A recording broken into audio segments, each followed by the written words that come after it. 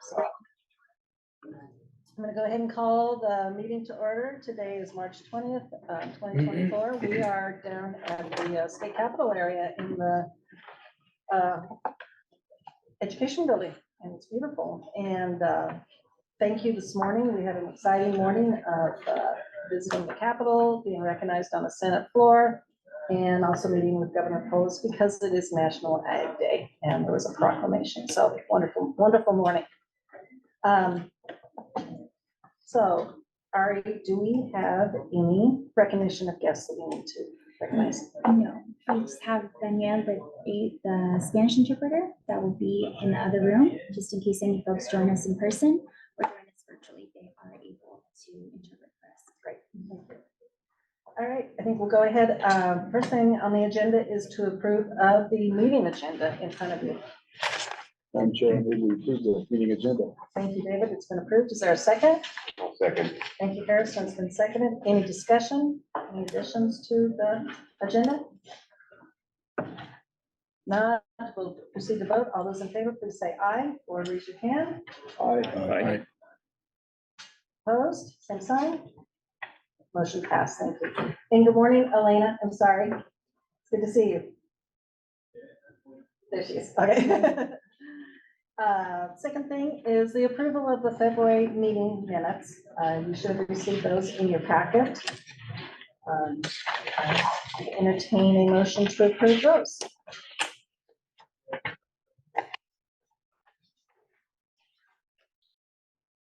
I'll make a motion to approve the February meeting minutes. Thank you, Simon, for the approval. Is there a second?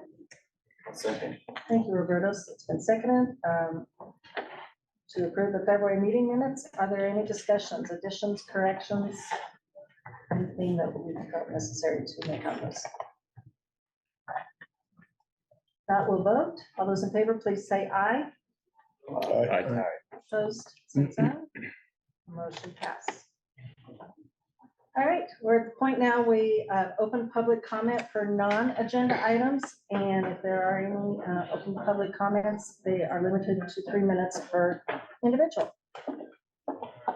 No calls for public comment. All right. Oh. We're glad to have you here. Thank you. All right, then we'll move forward. Commissioner Gruber, your turn. All right, thank you, Madam Chair, and it's great being with you all on Ag Day and Ag Week. I want to say thank you to the Department of Education for hosting us and to our team for getting us all set up here for hybrid and with Spanish interpretation. So you'll see that we are building in some changes to our Ag Commission meetings that hopefully just make them more accessible as we go. So we're learning a lot as we go as well. Another thing you will see is that our agendas might start looking a little bit different. We're in the process as a state of making all of our documents accessible, and accessibility standards. There are certain standards that we have in the state that we are now working to comply with. So that's font size, certain types of fonts, certain margin sizes. So if you see things that are looking a little bit different, that's why. And we'll just keep, if you have questions as we go, we'll keep on bringing you up to speed. I also want to thank the folks from the Dahlia campus last night for hosting us. We had a public forum and a farm tour up in Park Hill in North Denver, had members of the community and urban agriculture leaders come out and meet with our Ag Commission here and a number of our senior team from the Colorado Department of Ag. Really great time in dialogue. A lot of it was conversational, asking questions of one another, and I think a lot of follow-up conversations after we were done with the forum where folks were able to connect with one another. So we're looking forward to hosting more of those around the state as we travel with our Ag Commission meetings. As I mentioned, and as Colleen, Chair Pepler mentioned this morning, it's Ag Day, and so this week we've been celebrating and uplifting ag, not that we don't the other 51 weeks of the year, but certainly enjoying the celebrations. And a great time this morning with members of the Colorado Senate and with Governor Polis. So looking forward to other folks being out around the state this week. I know some of our commission members will be joining Ag Week events as well as our staff. So you'll see CDA present around Colorado this week. A few updates On my end, you'll hear most of them, I think, from Hollis and Jordan on operations and policy. Few hiring updates in particular. I know I've talked to many of you about our regional assistant commissioner positions. George Witten and Joe Stanko are our two existing RACs. They're staying on board, I hope. Nothing changing there, but we're bringing on up to 2 more. And so, we've been in this hiring process, focused on hiring for Eastern Plains and Urban RAC. And for those of you not familiar, the RAC position is very part-time, about 5 to 10 hours a week positions we built for working farmers and ranchers to be able to represent their communities with us and represent CDA in their communities, but not have to leave the farm or ranch. So we are now working our way through the interview process. We've gone through first round interviews for those final 2 positions there. So I will be, along with Chair Kepler, interviewing the next round in the next couple of weeks. And we will have more updates for you then after that time. Really looking forward to that process. We will see kind of what the process shows and who we bring on board, but specifically going back to our work on urban agriculture, obviously I want somebody in this role or a like role to help represent us across urban parts of Colorado. We are in discussion about how we grow our presence in urban agriculture larger than just this position. So that's just to say, kind of no matter how the RAC goes, we are looking to make sure we are making a concerted effort to show up in urban Colorado and with urban agriculture. And that's happening through federal relationships with other technical service provider agencies, as well as through my representation on the Secretary's Advisory Council for Urban Agriculture. So more to come at our next meeting about where we are there, but we're making our way on that one. I think we'll probably have some other hiring updates from Hollis, so I'll leave those to him. So I have just very short where we've been recently and where we're going, just in terms of around the state. Had the pleasure of actually celebrating the launch of a new project coming out of the San Luis Valley, the Rye Resurgence Project.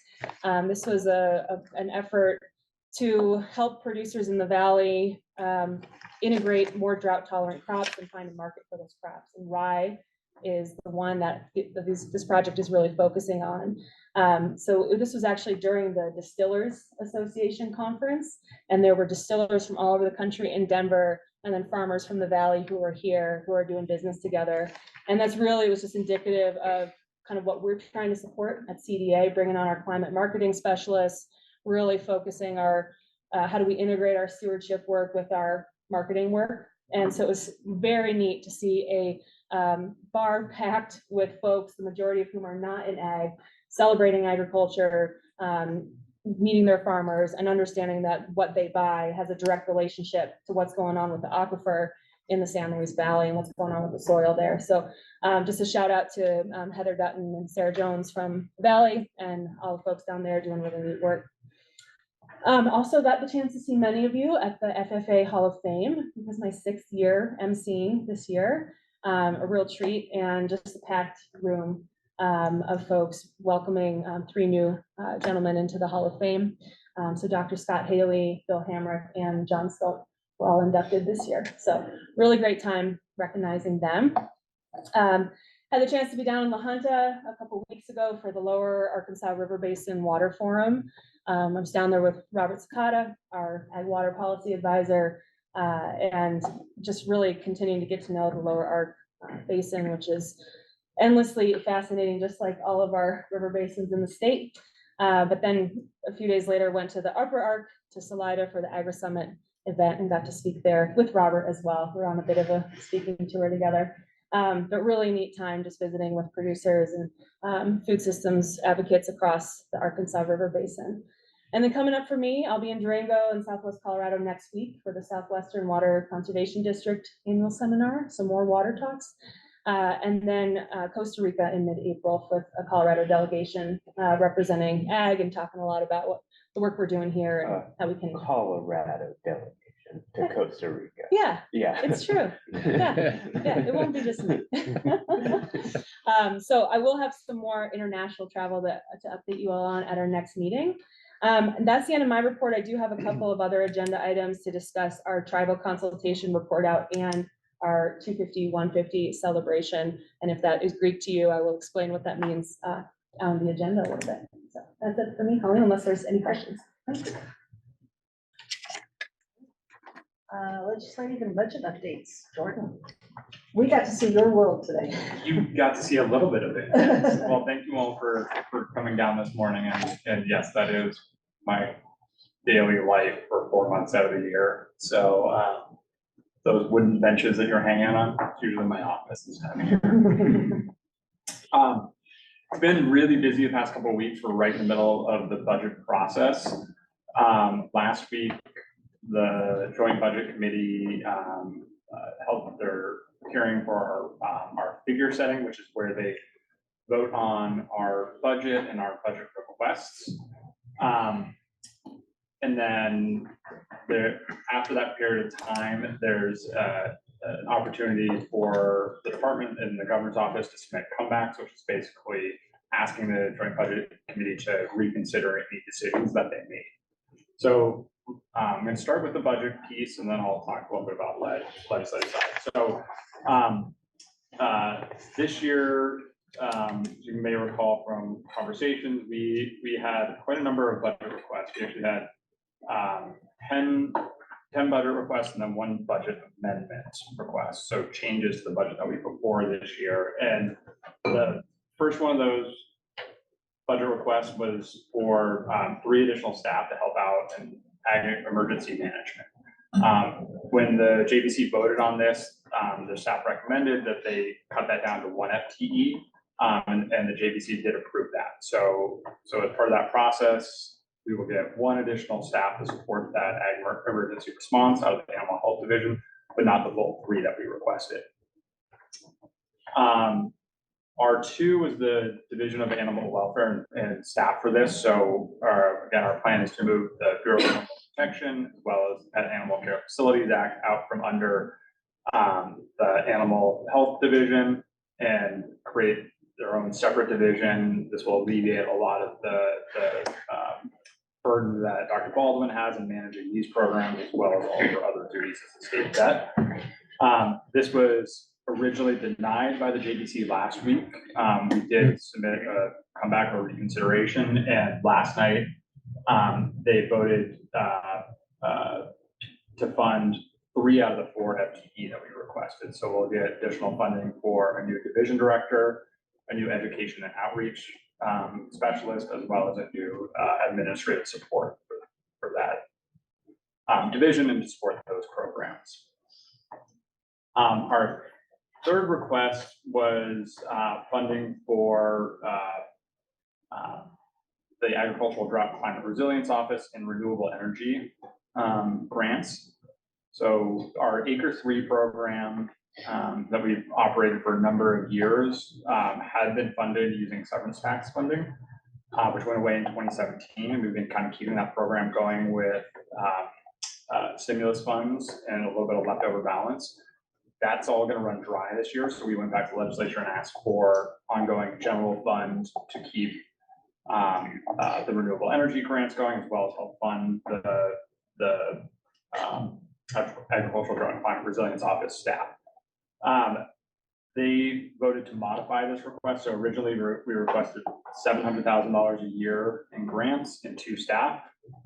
They modified that and reduced it to 1 staff. So our plan is to continue to use this funding to continue to fund our current staff member that runs this program that was funded with that severance tax funding. So it's not a new FTE, but it allows us to continue that. And then they reduced the grant funding from $700,000 a year to $500,000 a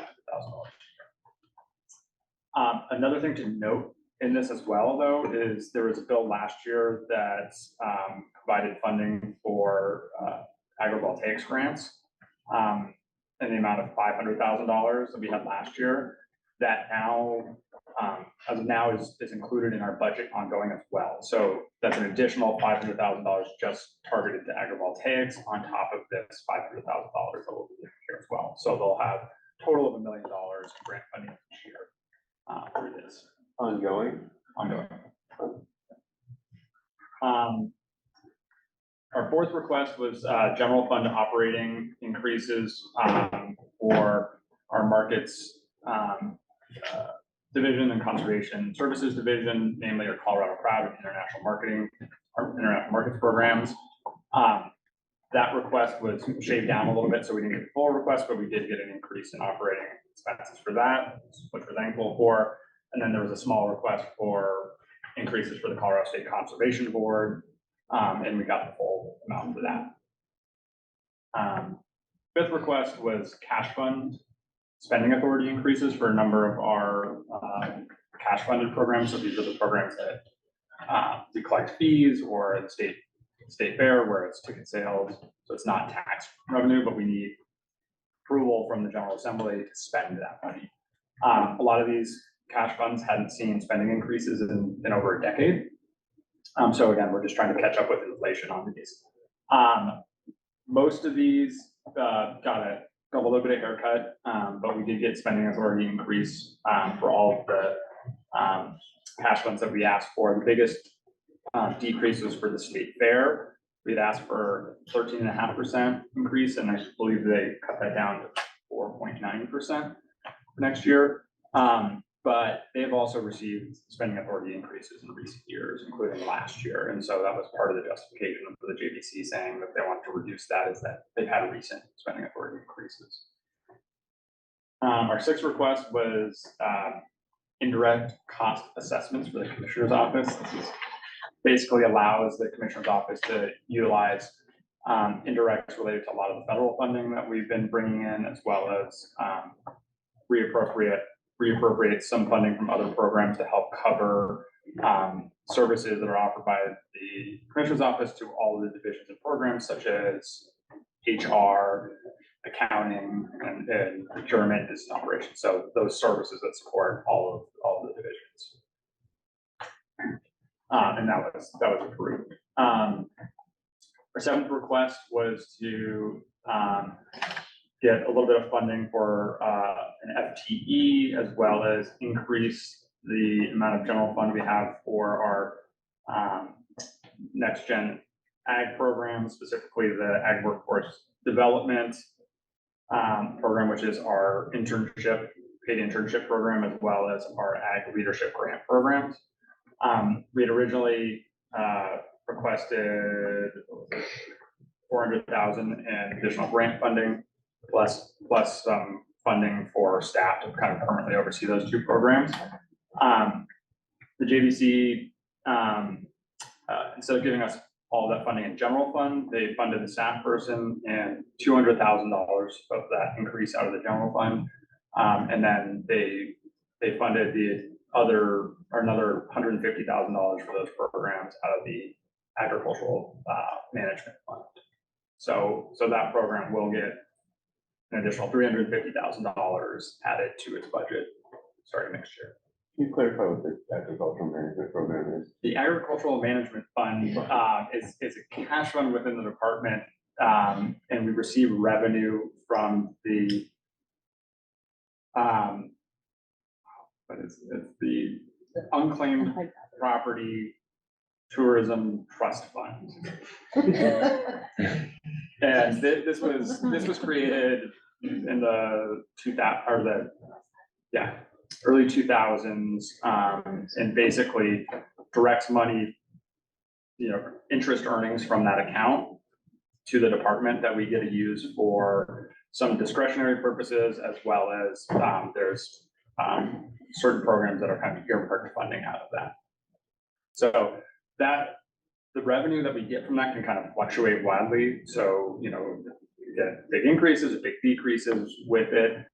So when we're talking with the JDC about this, one of the things is, with the general funded position, we wanted to make sure that there was, that at least that consistency in the 200,000 that we would get every year in general fund. So we know that that's going to be there every year. And then with the AMF, the Ag Management Fund transfers, in most years we'll be able to do that. But if there is a big downturn in the revenue that we see from that, then that could go away for a year or two, but we would still have that base funding of 200,000 additional. That's on top of some funding that the programs already have too. So this is all increased funding for those programs. And the base 200. The current funding, don't have that on my head. I think it's about 175 a year right now. So it's a significant increase. Those programs. Our 8th request was for one-time grant funding for rural mental and behavioral health programs. This was denied by the Joint Budget Committee. However, there's a bill, Senate Bill 55, that Rocky Mountain Farmers Union put forward this year that could still allocate that funding to CDA ongoing. And so we are supporting that bill and working with RMFU on that. So we're hopeful that we'll be able to keep the funding for the grant programs through that bill, but it's not going to come through the budget process this year. Our 9th request was for workforce services. I've talked to many of you about this very recently. This was for 2 FTE to support all those work and really would be additional staff to staff the program that was created. I think it was 2 years ago by the bill that Rocky Mountain Farmers Union ran. Again, to really support employers and employees in implementing Senate Bill 87 and changes in labor regulations within the state. That did get voted down by the JDC initially. We did a comeback on that. They voted it down last night. We are still working today to see if we can resurrect that in some way. We'll keep you all posted on that, but it'll be challenging at this point. We're voting it down. So it was voted down on a 3-3 vote. 2 Republicans and 1 Democrat voted against it. The Democrat that voted against it didn't provide any justification on the mic about that. One of the Senator Kirkmeyer, who voted against it, she's very conservative in how she likes to spend state dollars. I think that played into it quite a bit. But she also made comments that echoed Representative Taggart, the other Republican that voted against it, in saying that they've only heard from the department and they haven't heard from ag producers that this is needed. And they really questioned whether or not ag producers wanted or needed that support. And so this is where we've been working with some of the ag groups to try to reach out to them and let them know that, no, this is actually supported by ag producers and this is meant to help ag producers implement this. This isn't, an underhanded way of increasing regulation or anything like that. So still working on that. Again, there's still a chance that happens this year, but we'll keep working on it. Our 10th request was just for small funding for business operations improvement, so a technology solution for the department, and that was funded. And then our budget amendment was for Wolf reintroduction technical assistance. So this is for 3 FTE to work under Wayne East, who's our wildlife programs manager, to help support producers in implementing non-lethal deterrence, as well as potentially range riding, carcass removal, and really coordinating very closely with CPW in supporting our producers. This was originally rejected by the JDC last week, but was then approved on reconsideration last night. That was approved on a 4-2 vote. all 3 positions. All 3 positions, as well as the funding for vehicles and equipment and everything that's needed as part of that. So that's where we're at on the budget. The Joint Budget Committee is trying to finalize the budget package today. It's scheduled to be the long bill, which is the budget package, is scheduled to be introduced in the House on Monday. We'll go through the House next week, and then the Senate the following week, and then we should be done from there. But after today, once they finalize it and send it to the House, vast majority of our budget is pretty much set in stone. There's always a chance that things can change a little bit with floor amendments in the House and the Senate.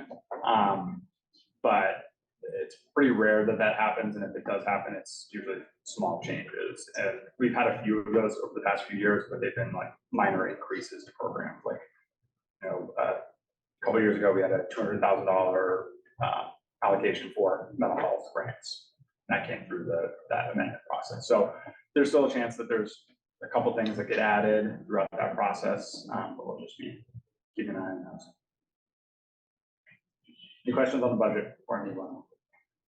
What's the total increase budget for the CDA year over year requested, I guess? I haven't looked at that and calculated it. It's before the comebacks last night, the general fund increase for the department was 18%.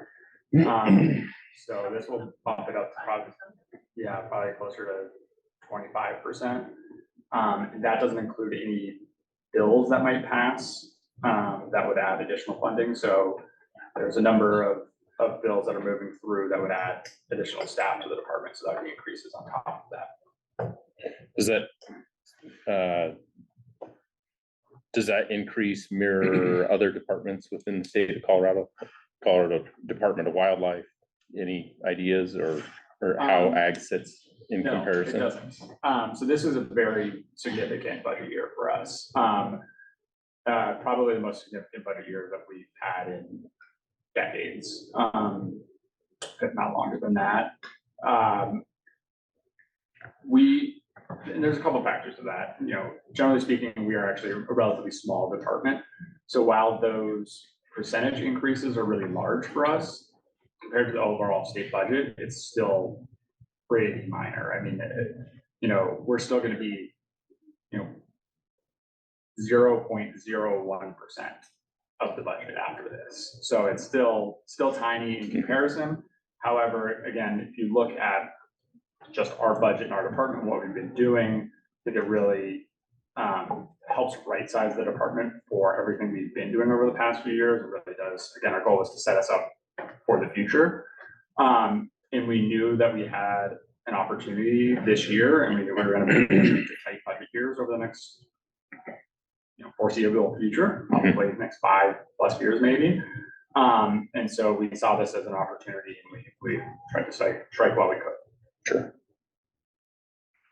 Jordan, the 3 WILF positions, will those positions, will you have to request the funding for those positions every year, or do those funds sunset at some point, or how's that work? Yeah, that's a great question. So if we're asking for a change in our budget, that's kind of what I went through is every year you can say, if we want this to go up or we want this to go down. If you don't make a specific request for those to go up or down, that gets built into your base budget. So next year, kind of our starting place for our budget will include all of this ongoing. And so it will only get removed if we request it to be removed, or the legislature comes in and says, hey, we really want to take that funding away. That doesn't happen very often. And particular with kind of our programs, I think it's highly unlikely that you'd see something like that happen, unless there is a very significant budget crunch where they're asking every department to take, a hit to the budget. So, and that does happen during downturns. They'll basically come and say, every department needs to reduce their budget by 5%. If that's the case, we do everything we can to try to identify savings that don't impact our staff or our programs first. But it is conceivable that, you run into a situation at some point in time where we had to make tough decisions, or the legislature had to make tough decisions on cutting funding out of programs. But unlikely. I'll just add, I just was looking at our budget briefings. So from 2015 to 2019, our general fund increase stayed about like 1%. It was 10 million, 10.7 million, 10.5 million, 11 million. And had all of our requests gone through this year, would be almost 23 million. And so almost all of them did. I think we got cut maybe $1 million, less than $1 million. So we've doubled our budget since general fund money since 2019. And over the last 4 years, it's a little wonky because, in 2022, we got a lot of stimulus funds. So 21 was 13 million, 22 was 15 million, 23 was 18 million, and we're now close to 23. So there's significant increases in our department over the last 5 years.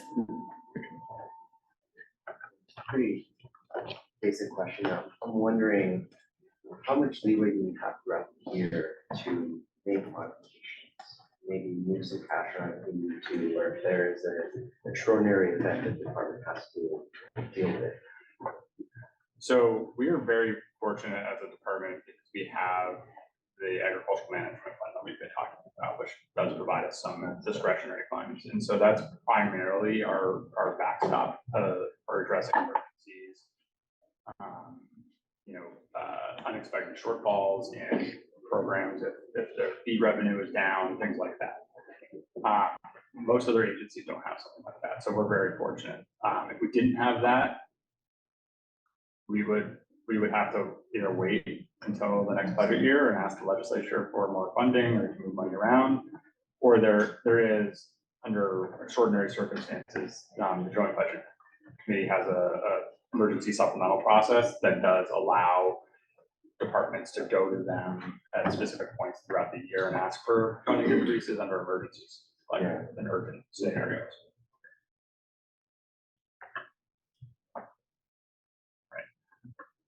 That was the bulk of what I wanted to cover today. I'm going to touch very quickly on kind of legislative items, a couple that have come up, and then see if there's any questions. I'm not going to be able to touch on everything. Try to keep the meeting going today.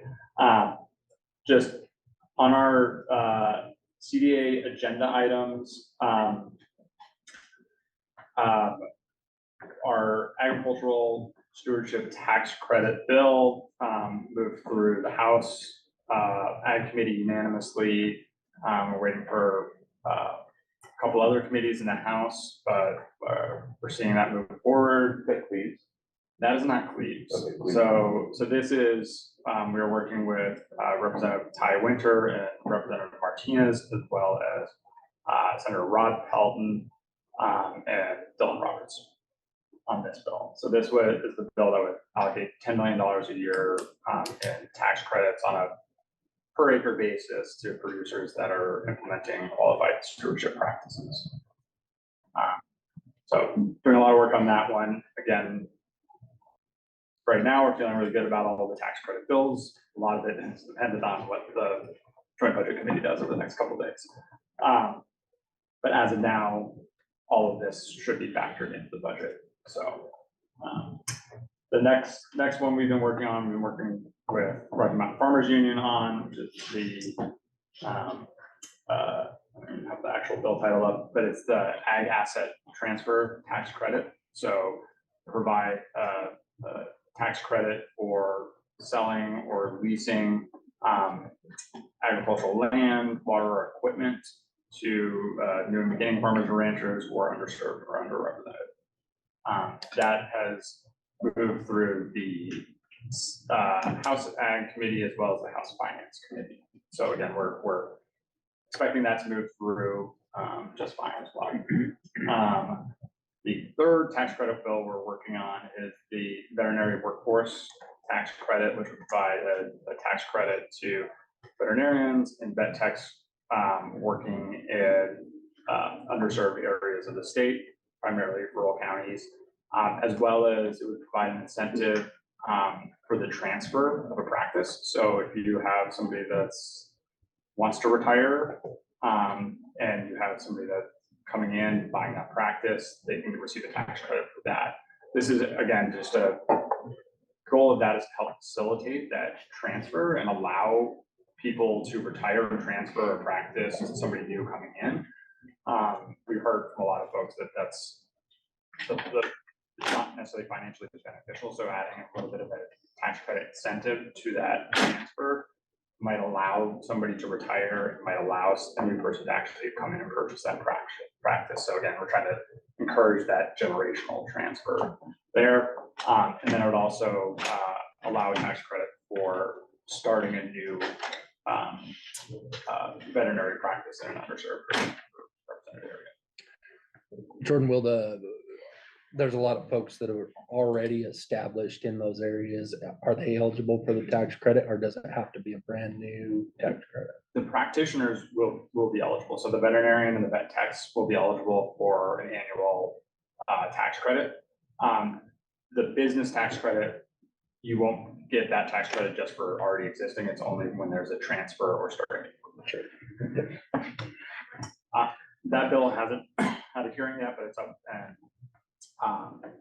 House Ag on Monday this coming week. Representative McCormick is kind of lead sponsor of that. She's the chair of that committee. Also added Representative Lynch to that, as well as Senator Byron Felton and Senator Janal to that. So yeah, that makes all three of our. And Elena has a question. Oh, yeah. So that makes, so all three of our tax credit bills have bipartisan sponsors in both the House and the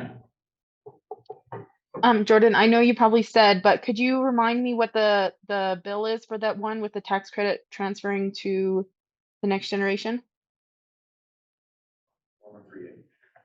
1138, so House Bill 1138.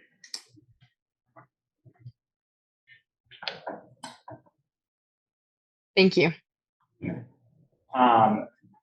And then we are also still working on trying to get a bill title to formally create the Division of Animal Welfare within the department. Talked about, we got the funding for that, and we can create that administratively, but we think it's cleaner to create that in statute. So we're looking to do that, as well as get funding for equine welfare grants. We had previously talked about and done some stakeholder conversations around potential equine registration program as part of that package for public facing facilities. Don't think we're going to be moving forward with that this year. We're still having some conversations and may look to move forward with kind of like a voluntary certification program if people are interested in doing that. That's to be determined, and we're still trying to get a bill title for that. Another bill that we were trying to do this year is the gender neutral statute update for CDA statutes.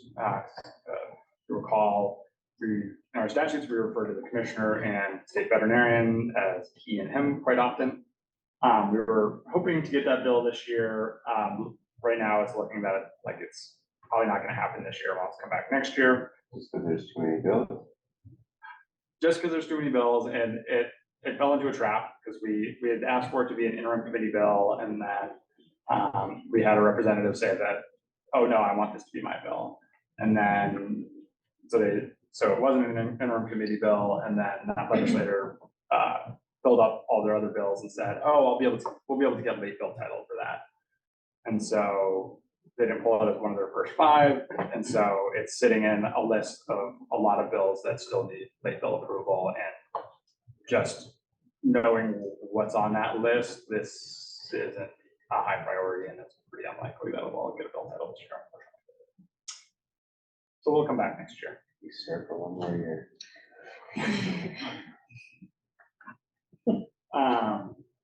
And then the last of our agenda bills that we were working on was House Bill 1032, which extended the wild horse program for another 1.5 years, so we could properly spend down those funds. That has already passed through the legislature and actually just was sent to the governor's office yesterday. So that'll be signed into law soon. Just 2 other bills that I was going to touch on real quick because there was received questions from all of you. One is the local regulation of pesticides bill. That bill did make it out of its committees in the House, and it's awaiting debate on the House floor. We checked in with a number of folks on that. It's likely to be a very long debate once it hits the House floor.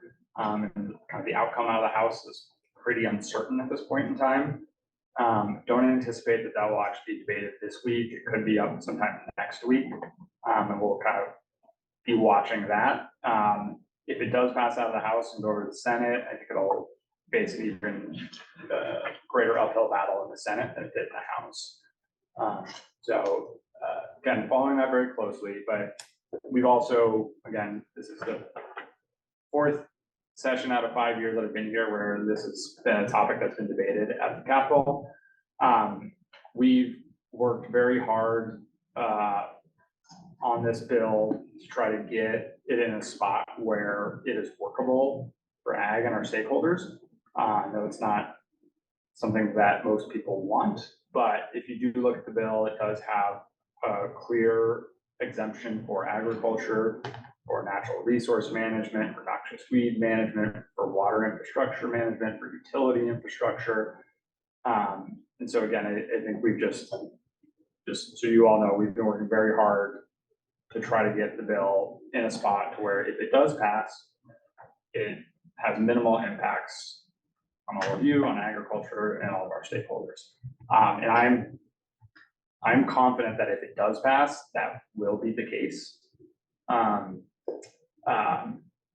So that's where it's at right now, and just see what the legislature wants to do with it. And then just a request from online to speak a little bit louder. Okay. Yeah. I can try to do that.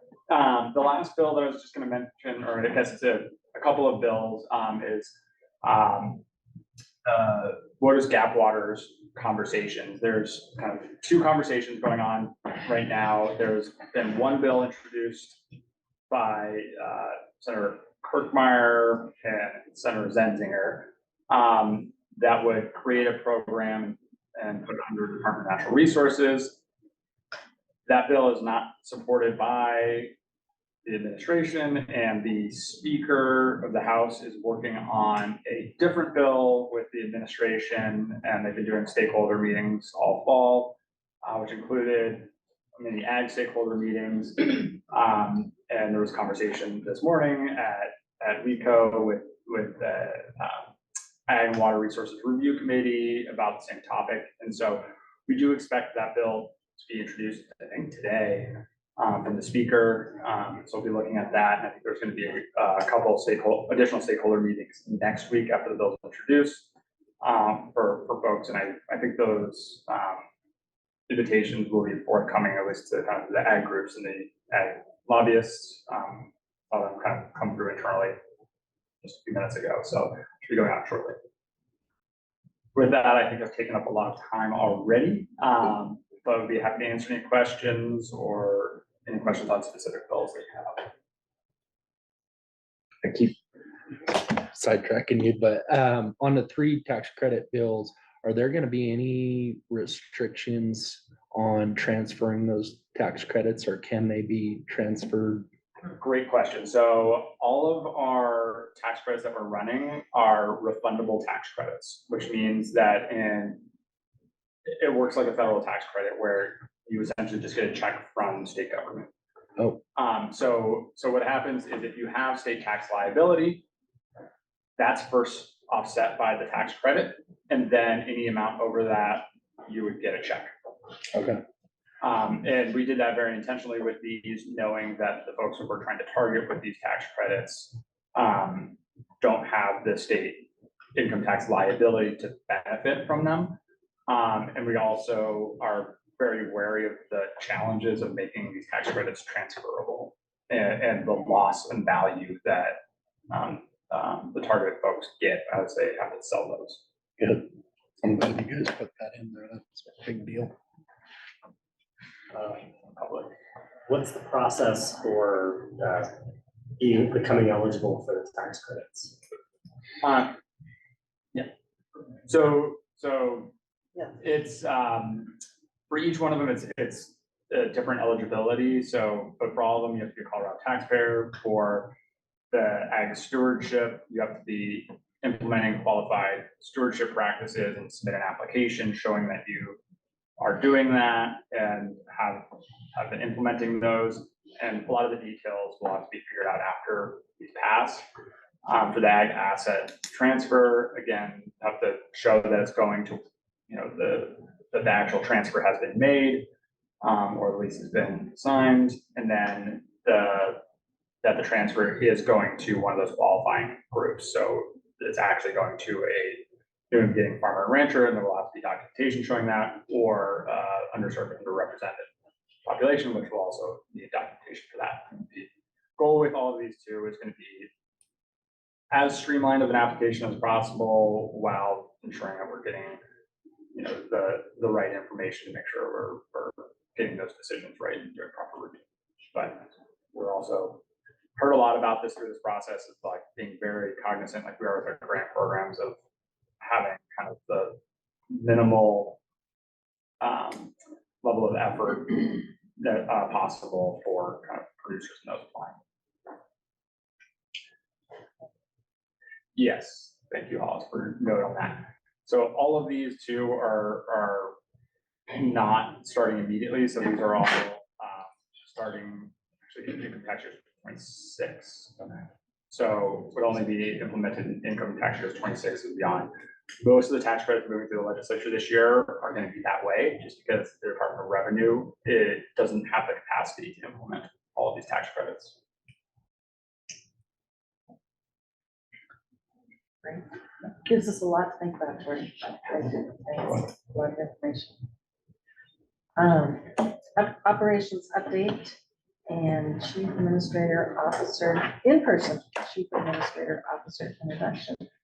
Hollis and Madison. Yeah, 1 second. Come on up.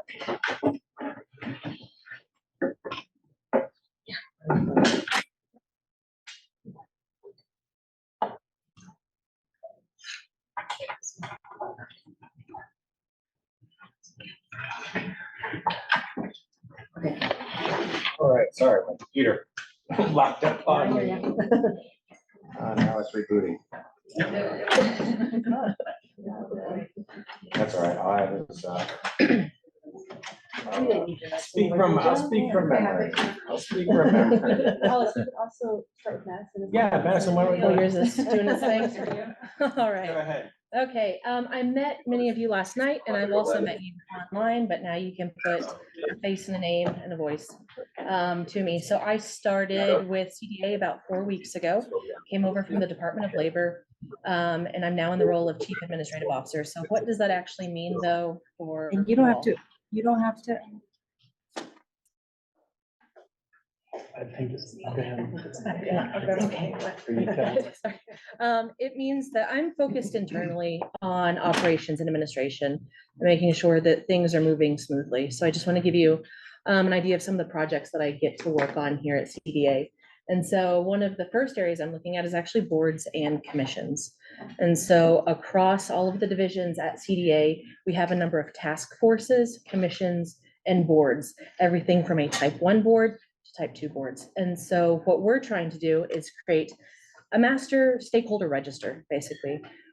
What was the person's name? When were they appointed? And what were the terms and rules around their appointment? Was it based on political affiliation or region that they are in the state? And when is their term up? So we can be proactive about our appointments as these come forward. And so we're looking at probably about 45 to 50 different boards, commissions, and task forces that we staff and support. And so that's one of the first things I'll be tackling. So hopefully get us a better plan and roadmap really for how CDA wants to very thoughtfully staff our different boards and commissions. And so that's one side. The next side is looking at, this is very closely related to policies. So also at CDA, there are a number of policies and procedures. And so some of these are going to be coming from our partners across the street at the Department of Personnel and Administration. And so those are called universal policies. And so these are going to be very broad policies that every state agency has to abide by. But narrowing them down, there's a number of CDA specific ones that we have. And so what I'm doing is going back and reviewing these policies and looking at when was the last time these were updated. And so I think we've had a game going of like, what's the oldest one? We found some from the 90s, like early 90s. And we're like, a social media policy from the 90s or early 2000s is probably something that needs to be updated, and it has been, which is great. And so what I'm building out is what is our process for policy review on a standard cadence, right? So making sure that we don't end up with antiquated policies that don't fit our culture environment anymore that we're in. And then finally, looking at our space that we use up in Broomfield. And so one of the governor's, I would say it's actually kind of exciting. One of his great ideas is let's reduce the square footage that is needed. Let's right size what we need. And so one of the opportunities that this opens us up for is how can we partner with other agencies in our same space? And so we do have some square footage that is available for other agencies. And so I think we've been in contact with, is it public safety? I believe public safety, in conversation with them. And also with the Department of Labor and Employment, who currently uses some of our spaces. But what are our close partner agencies that we could bring in so that we can better utilize all of our space that we have? And so this is not just something that CDA is doing. This is something that all state agencies are doing. So we're going to see more co-location across state agencies, which should hopefully help us build and bridge partnerships across the state. And that's just state folks. You wouldn't be looking at anything. Well, right now it's just state folks. Yeah, and so there have been early conversations at other agencies about, well, what if we talk to industry, right? Who would be people that we could bring in here? And so that we know, I'm trying to think which agency has already had those conversations. CDPHE has. They're over in Glendale, and they have a very large campus. And so they've been in conversation with that, but that's something that we can explore for the Federal hospital. Potentially. I think if we look outside state government, we'll have to look at security protocols, like federal has much different than state, and so we'd have to align that with our facilities, but we're exploring. Yeah. So if anyone has any questions or would like more information about any projects that we're running internally, please let me know. And just thank you for a warm welcome last night and today. Thank you. Thank you. Thank you. Thanks, Madison. Thank you, Hollis. Really quickly, just to kind of go Alice, can I through. interrupt you? Oh. Just a heads up to everyone, we are interpreting, so please speak up so that the folks that are joining us virtually in the other room are able to hear you clearly, and also slow down just a smidge. Yeah. Right. All right, thanks, Ari. All right, so just continuing on with the operational updates from the personnel side. Excited to announce that we have hired or made offers and they've accepted our 2 climate smart marketing specialists. We have Susan Enfield, who's a marketing specialist from Boulder, who specializes in organic food marketing. And so she will be with the markets division with Amanda Laban, the markets director, and Danielle Trotta. And then David Kinninson, who is a no-till farmer from Sedgwick County, who also just left farming and was had a career in marketing as well. And he'll be in the conservation division with Cindy and Les, working on supporting the producers in the STAR program as others, and supporting kind of the regenerative ag marketing efforts and providing resources to them. Both of those positions will be working hand in hand, and they'll be starting next month. We're also going to be posting, you'll see a posting here soon, kind of continuing with Kate's comments earlier about urban agriculture. We're going to be posting an urban agricultural specialist, which we received funding from the USDA. So that should be posted here fairly soon. Outside of personnel and hirings, we've been really busy working on our accessibility. As Kate mentioned, accessibility is well underway. We're ahead of most other state agencies, which we're really proud of. But we've been making great progress on kind of our main website, making those accessible, documents, and providing training to staff. Oh, it's the urban ag specialist. You make it sound like it's sort of an extension position. Is that what you mean? Go ahead, Cindy. Good morning. You might have to come up, Cindy, for the microphone.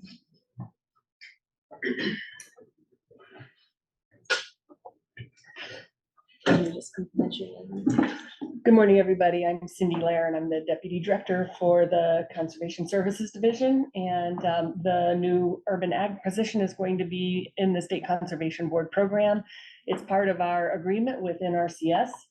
And we have a contribution agreement with them for different technical conservation employees. And so this one will be specifically directed towards helping connect urban farmers with resources through NRCS. I mean, that is a lot of what that position will do.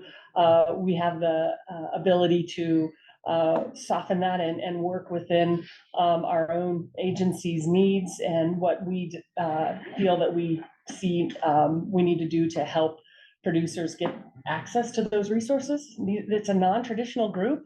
And so a lot of these producers don't necessarily have track numbers. There's going to be some challenges. And Roberto and your colleagues, we're going to look to you to help us get producers through those hurdles, because it's going to be a bit of a lift for a while, especially with FSA. So we are, and yesterday the question came up about what is urban ag.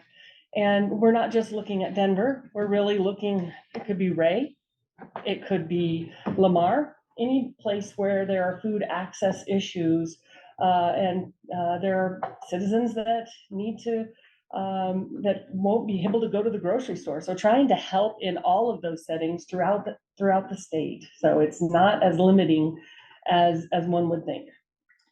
And if I can just add, just to my update earlier, the developments around this partnership are kind of why we're thinking about the whole of our urban ag support and engagement with light of the regional assistant commissioner position. So I just want to make sure they're distinct in how we're moving forward and we're working together with the whole umbrella of urban ag and not just one piece at a time. Thanks, Cindy. Great. We continue to work on our strategic plan. We are kind of done a final review through the commissioner's office.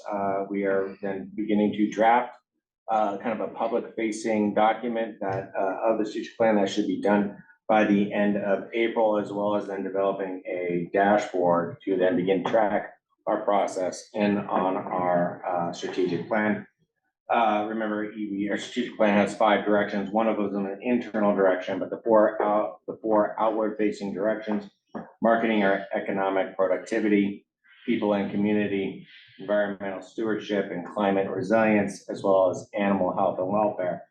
I say these here, I repeat these again because they align really well with the development of our new wildly important goals that we're beginning to develop. I'll touch more on that here in a second, but so as you heard Jordan talk about all of the budget requests that have been approved, all the pending bills and the tax credits that, as soon as they are approved. So we're going to be layering those into the strategic plan as well. Again, multi-year strategic plan. So with those 4 paths, with economics, people, environment, and animals, we really should be able to cover the gamut of all the various diversity of work that we're doing at the department, and layer in again all the new stuff that will be coming into the department from this legislative session. But then, as I mentioned, we do have wildly important goal development, which we began last month. Excuse me. This year is a little bit different. Our wildly important goals are not necessarily going to be annual goals like they have been in the past, but they're more of a multi-year, so a 3-year goals that we're currently developing. And again, they're going to align really nicely with those directions within our strategic plan. So we're going to be focusing on market economic production. So we're still developing these goals. Right now, they're very raw. We're just really brainstorming what will these goals be. But essentially, they're going to be focusing around marketing and economic production, maybe with a focus on international marketing. We're going to continue to focus on building our next generation network, including our ag leaders, as we talked about the increased funding for ag workforce development program. Water resiliency continues to be a WIG. That's a WIG this year. It's going to continue to be a WIG for the next 3 years. We're going to look to see how, and we're looking to see how can we help implement the ag section of the Colorado Water Conservation Board's water plan. And then also looking at non-lethal predator control from an animal health and welfare perspective. So these are very rough right now. We're working with Kate, we work with the governor's office on fine tuning what these goals are, what the lag measure is that we're trying to hopefully achieve in those 4 areas, and then what each of our lead measures are, those outputs of the various programs that they'll be focusing on, not just this year, but in the next 3 years. So more to come on wildly important goal development, but those will be finalized by early June. Just some highlights from some of our divisions. We received over 200 applications for our community food access grant, second round. We're currently in the review process there. We received 61 grant applications for our RFSI infrastructure grant. There's $3 million that we're going to be granting out in that program. We'll receive over $37 million worth of applications. And then also in markets, we're preparing to launch our new 2024 Colorado Proud marketing campaign. We're going to be focusing on expanding diversity of our memberships as well as our consumer outreach, and also focus on additional marketing outreach for the Colorado Proud members. Some highlights from Animal Health. Dan Frazier, our Ag Emergency Response Coordinator, presented at the Farm and Livestock Preparedness, presented on farm and livestock preparedness at CLA's quarterly safety briefing. And then coming up next week, ICS, Aldo and Workforce Services are partnering with High Plains Intermountain Center for Ag Health and Safety, as well as CDLE for a training on heat illness prevention next week. On Tuesday, they're going to do that presentation. It's a webinar on March 26th, and that will be in English. Then on Thursday, March 28th, they'll be doing it in Spanish. And also through ICS, we provided a letter of intent to the FDA to become a rapid response team state. This is going to allow CDA to kind of really take the lead in coordinating better and be the lead agency here in Colorado on when there is a food emergency outbreak on a farm. Right now, there's kind of a question of whether it's going to be CDPHE, CDA, or the FDA. So this is really going to provide us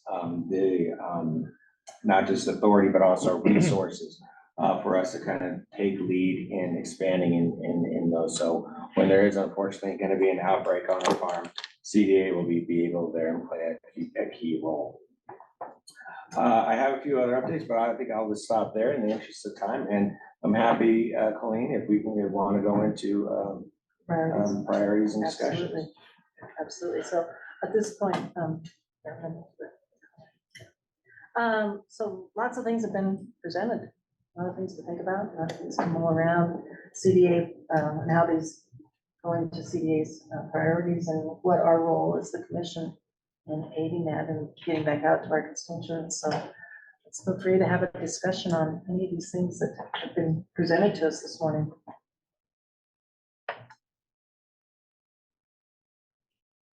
I'm interested in finding out more about the rapid response state agents. I mean, what's that transparency? How does that transpire? How does that? Sure. So the rapid response team at the FDA has been around for a few years. However, the requirements for a state to become a rapid response team, it had to be the lead agency, had to be the health food or the health human food side. So CDPHE had to take the lead in, and then we would be able to follow suit in partnership. However, CDPHE just didn't have the appetite to want to be the lead in becoming a rapid response team. However, the FDA recently changed those requirements, and now they're allowing the ag departments through the produce safety program, which we have, as well as our feed program, which we have, to be able to take the lead. So we're now happy to be the lead versus CDPHE, and we'll be working with the state FDA offices, the state or the FDA offices, the state epidemiologist office, as well as CDPHE when there's like a food manufacturing outbreak. But this will allow us to take the lead. So before we kind of have this roadblock with CDPHE because they just weren't willing to do it. So we can take the lead, and then this way, allows us to play a bigger role if there's an outbreak. So what kind So you're talking outbreak, that's, Outbreak. those are the kind of crises. Yes, that you would look at would be an yes, outbreak. yes. If there's a foodborne illness outbreak on a So like farm. the cantaloupe situation, Yes. those kind of things. Okay. Right now, the produce safety rule is really, it's really preventative. We do inspections, we want to make sure they're doing produce safety, proper produce safety handling, good ag practices, but it's not reactive if there is an outbreak. So our authority with the produce safety rule really stops after just doing kind of just general inspections of on-farm business. But this then allows us to go forward if there is indeed an outbreak. One thing, Madison, thank you for that update on what being proactive with Hollis on what you're gonna be dealing with and accomplishing moving forward. And just all the information that is put together for this. Thank you, and I think it's a good thing that she is gonna be able to identify some areas that need to be looked at or changed, or they're okay, so thank you for that.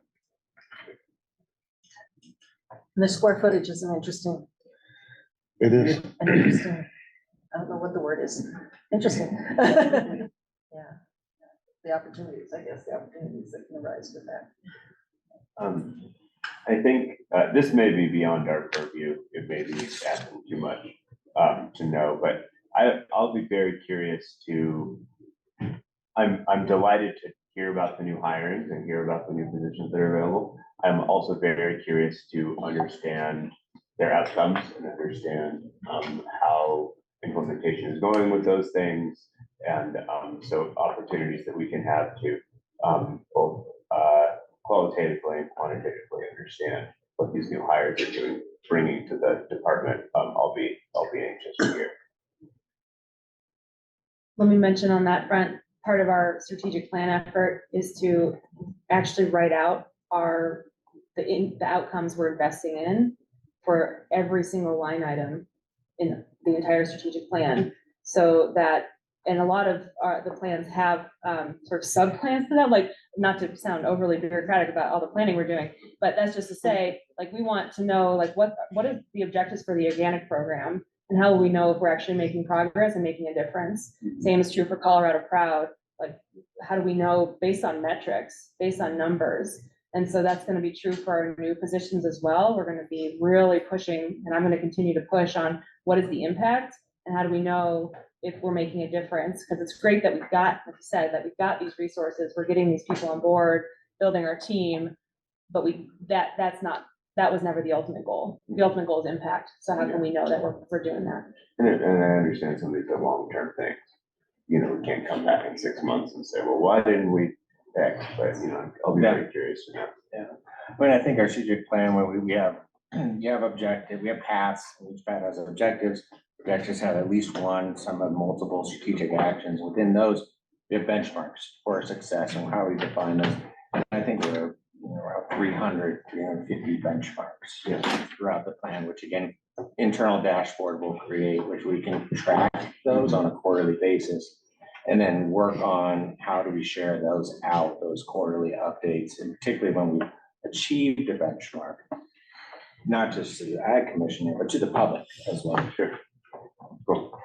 That's the vision. So that's where the 3-year plan comes in. That's the 3-year plan. Yeah.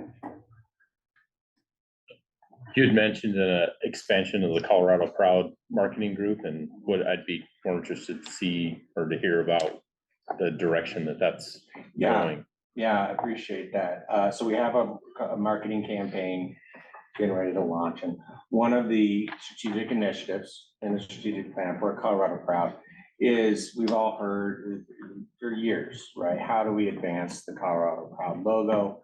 Do they look at additional standards, different levels or layers of the Colorado Proud? So part of what they'll be doing is conducting an actual feasibility study. It's been a while since they've had one. So we'll be working with stakeholders through our contract of philosophy communication in developing a kind of a feasibility study of where do we go with the Colorado Proud logo? What are the interests? And and expanding the Colorado Proud logo, maybe to having different standards, whether it's Colorado grown, Colorado beef, what have you. And so they'll be looking at kind of what those standards would imply, because right now it's, as we know, it's fairly broad in what Colorado Proud means. Yeah, I had a couple of conversations at the forum last night about if we could use that Colorado Proud as a gateway or to bridge urban and rural areas and have that be a piece of a part of the education portion of that brand.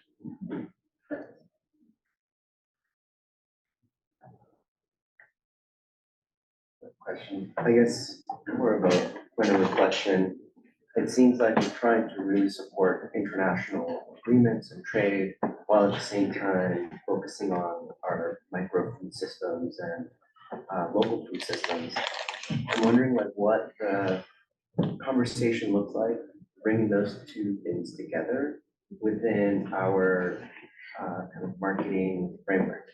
And how do we educate folks around the different scale of production? And it, you know, I think it's interesting that we're putting urban agriculture right next to like food access. But then how is that connected to international trade? And how do we have some nuance in the understanding of different scales of production and how we put it together, I guess, right? Especially if there is like maybe a pipeline for urban farmers that want to scale, that want to participate and learn more about international supply chains, for example. It's really insightful comment there. Thank you. We were having that same conversation with Amanda Similar, and we've made an adjustment in the plan. And one thing that Amanda, you know, the markets director, new markets director, wants to do is begin to see where do all of our market programs overlap, right? In focusing on, so we're talking about local food systems and where do we play in this space, and going from here with community food access grant going to be complete here soon. Where do we go from here? And it's really starting to see, okay, where does the Colorado Proud, the international marketing, even the wine board, where do those programs overlap in those programs, and where we can help kind of drive and focus on supporting the local supply chain? Yeah, and I would just add, I think a lot of that actually goes on right now. It's just not kind of formalized in strategic planning processes yet. Because, you know, if you sit down and talk with the international markets team, you know, it's not just talking about agricultural commodities. A lot of the work they do is working with small producers, looking at really niche products that have potential markets overseas in very specific countries. So actually a big bulk of the business that the work that they do is with small businesses. And another piece there is like mid-scale producers that are having a hard time finding markets here and are really exploring kind of interstate opportunities as well. How does the department have these conversations for, like, we're trying to promote Colorado grown products and at the same time support the exportation of our products? And I think what the balance, striking the balance between those two things is more of what I'm trying to understand, and how we deal with the challenges and opportunities of a scaling business. There's no answer. I'm not, you know, it's not a question to seek an answer for, but I think it's just more of a reflection in how we frame that conversation and how we position our marketing efforts in education. I think another element is the investments we have been and will continue to make in processing, in middle supply chain with RFSI and now the Regional Food Business Center. That's more of the business development, technical assistance side. I mean, the middle scale is the toughest in my mind to figure out how we support scalability, but scalability within that mid-sized agriculture. That's not to say we're not interested in how do we support, you know, scales on the other end. But I think in part of our strategic plan, we are looking at how we can help with institutional procurement, another very tough nut to crack on all this. But without looking at market access and middle supply chain processing distribution models, how do we scale, if you don't have that, you can't scale in the middle. Right. So if we can leverage strategic investments on marketing and processing distribution, mainly processing, can we then help sort of build it and then allow producers to scale because the market's there? And maybe a point on that, my last comment. What have we seen so far, in terms of this trajectory of the USDA to kind of help with those efforts? Do we see that expanding? Do we see, RFSI merging into something else or something coming out of regional food business centers to help address the middle of the supply chain? It's a great question. I mean, USDA is, I think you might know better, Colleen, but a lot of the motto that Secretary Vilsack has is like bottom up and middle out. So like, how do we grow up from the grassroots, from the ground up, and then expand scalability at small and mid-size in particular? So I know very much when the secretary's here, he talks a lot about growing small and mid-size farms and businesses. I think it's a tough time in DC, maybe to say the least. And we don't have we have a farm bill extension, but we don't have an updated farm bill. And so a lot of the USDA dollars were one-time recovery dollars. And there's a lot of debate about what should be made permanent in this next farm bill cycle. Yeah. So a lot TBD, a lot to be determined on that.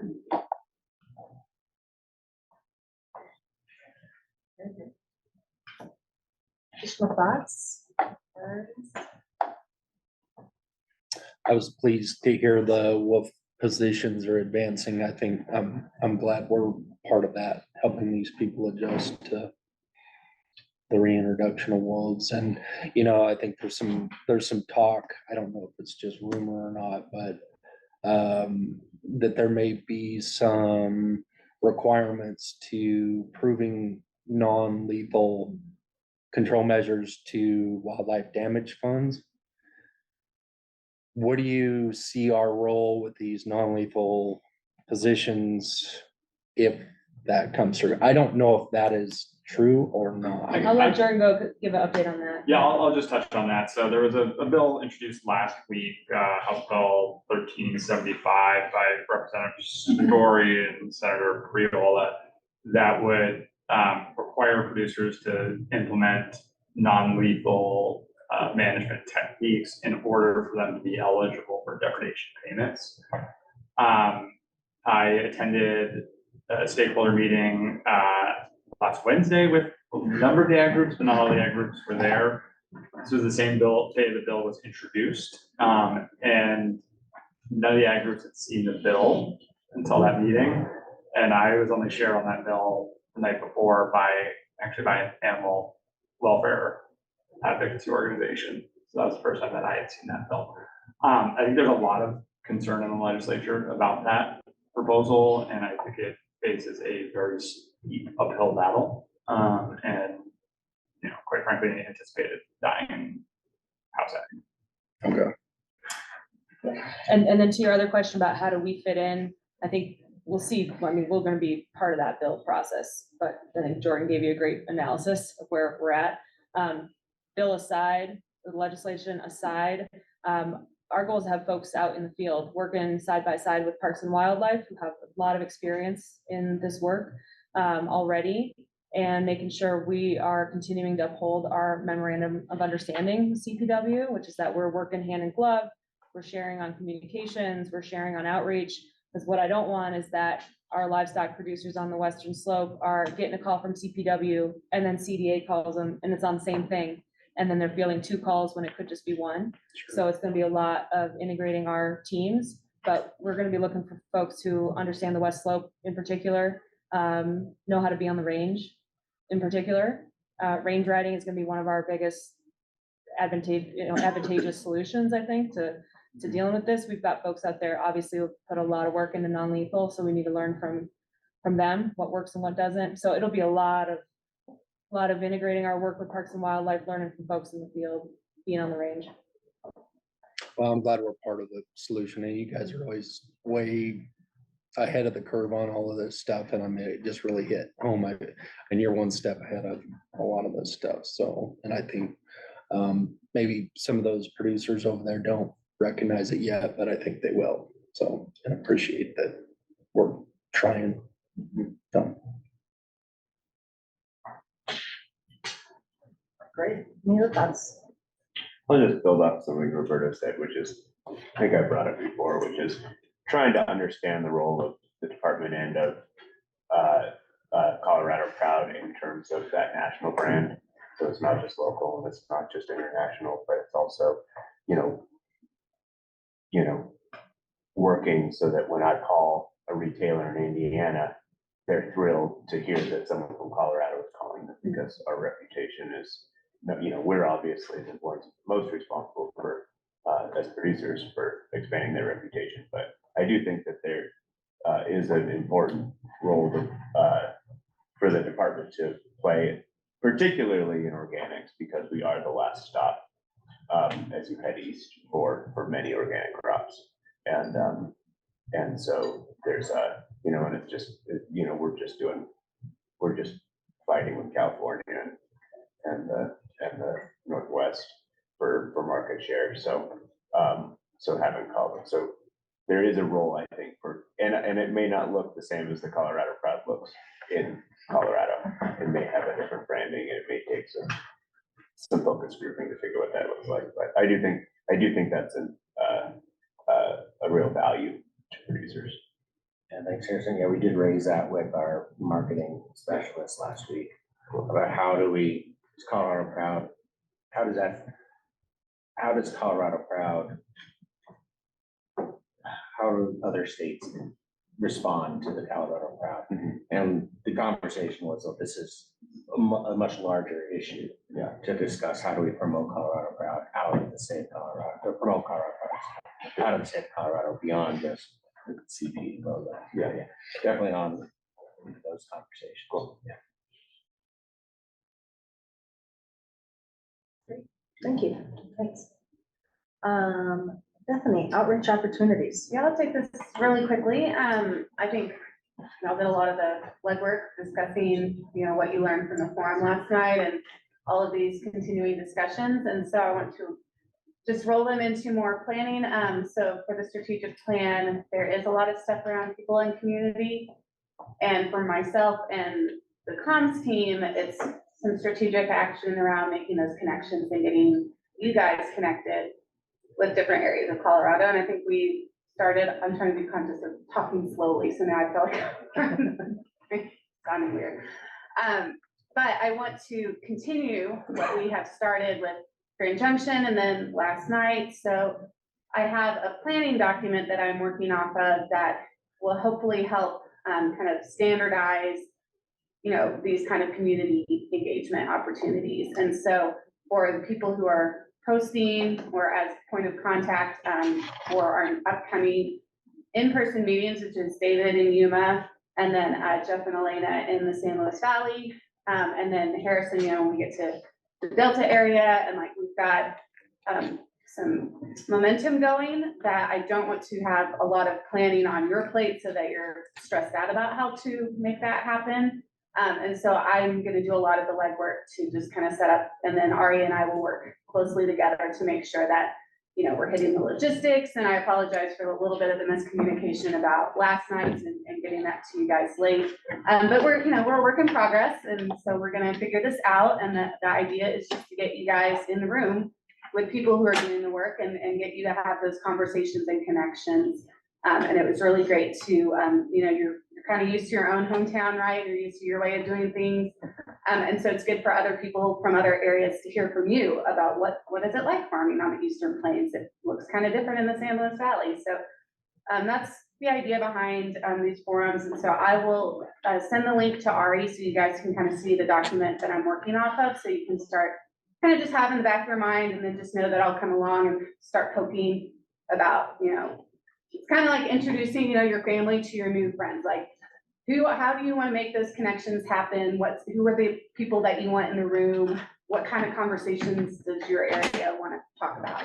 And so we'll have those conversations and make sure that is feeling good for all of you to connect with and keep talking about these issues that are coming up and things that you want to hear from other communities as well.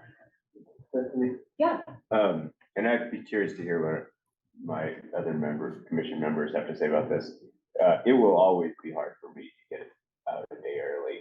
I don't know if it's ever feels appropriate to have to say, take a longer lunch to create a public forum or integrate it into our day. And it's okay if I'm never at the public forums, that's fine, but it will, I know, speaking for myself, it'll always be tough to add the extra day. Yeah, and that's what I mean, like, with the it can be flexible and figure out what works best for your area. I mean, I like to start with a framework so that we can like mix up the framework. I'll be able to make the extra day when we're in Hotchkiss, Yeah. but other than that.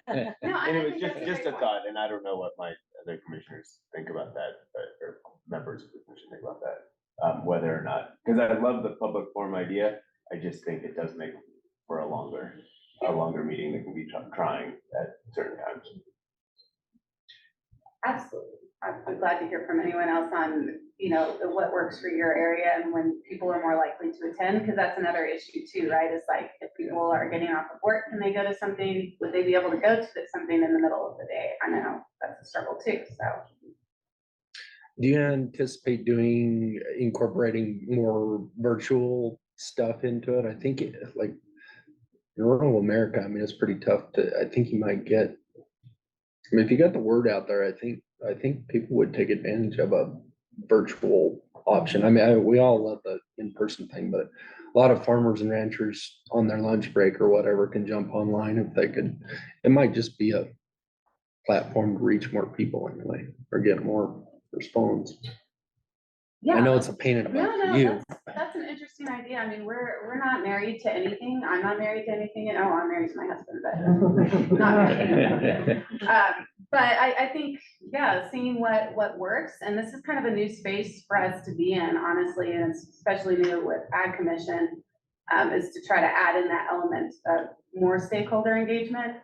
And so the idea is for people to get to know CDA, to get to know you guys, to get to know some of our programs, and have our staff get involved as well. So those are kind of the elements that I'm playing with, but we can totally be, creative with what that looks like. So this might be more of a discussion later. I know that there's an agenda item about public engagement. So I don't know if Kate, that feels more germane to that conversation. Recognizing that we're also probably hitting a break. People want to stand up, but yeah. My opinion is keep doing them. And as Ag commissioners, we'll try to make as many as we can.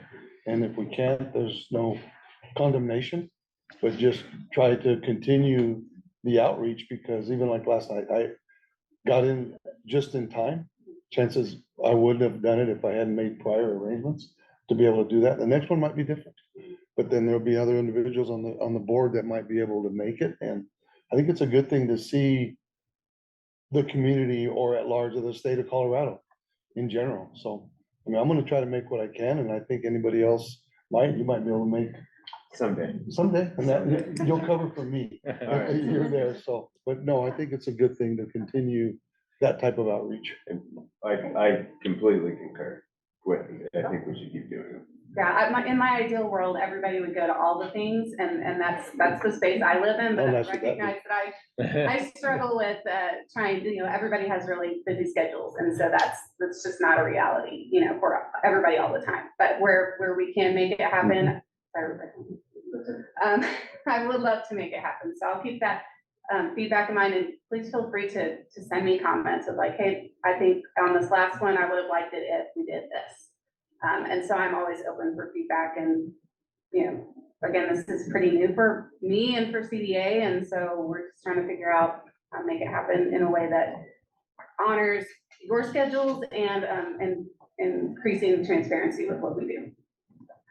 I'll throw a quick one out there. For myself, I agree with everybody here. I see their concerns. For me, they've been excellent, because if I'm gonna make the commitment to travel to the meeting, I'll go ahead and plan a few extra hours. And so it does fit me very well to have the night before.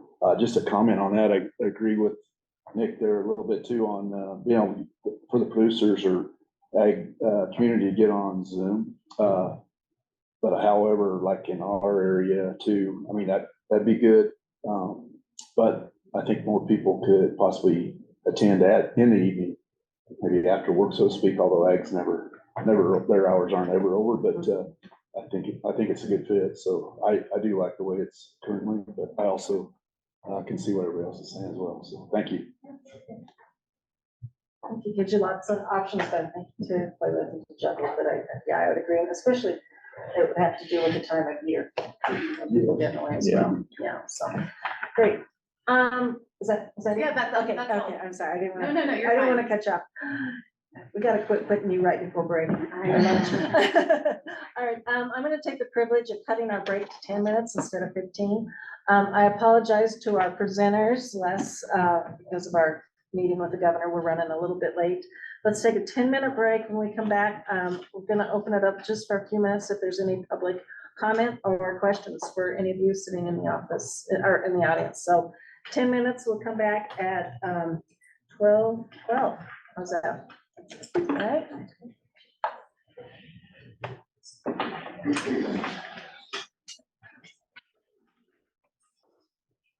Yeah, question.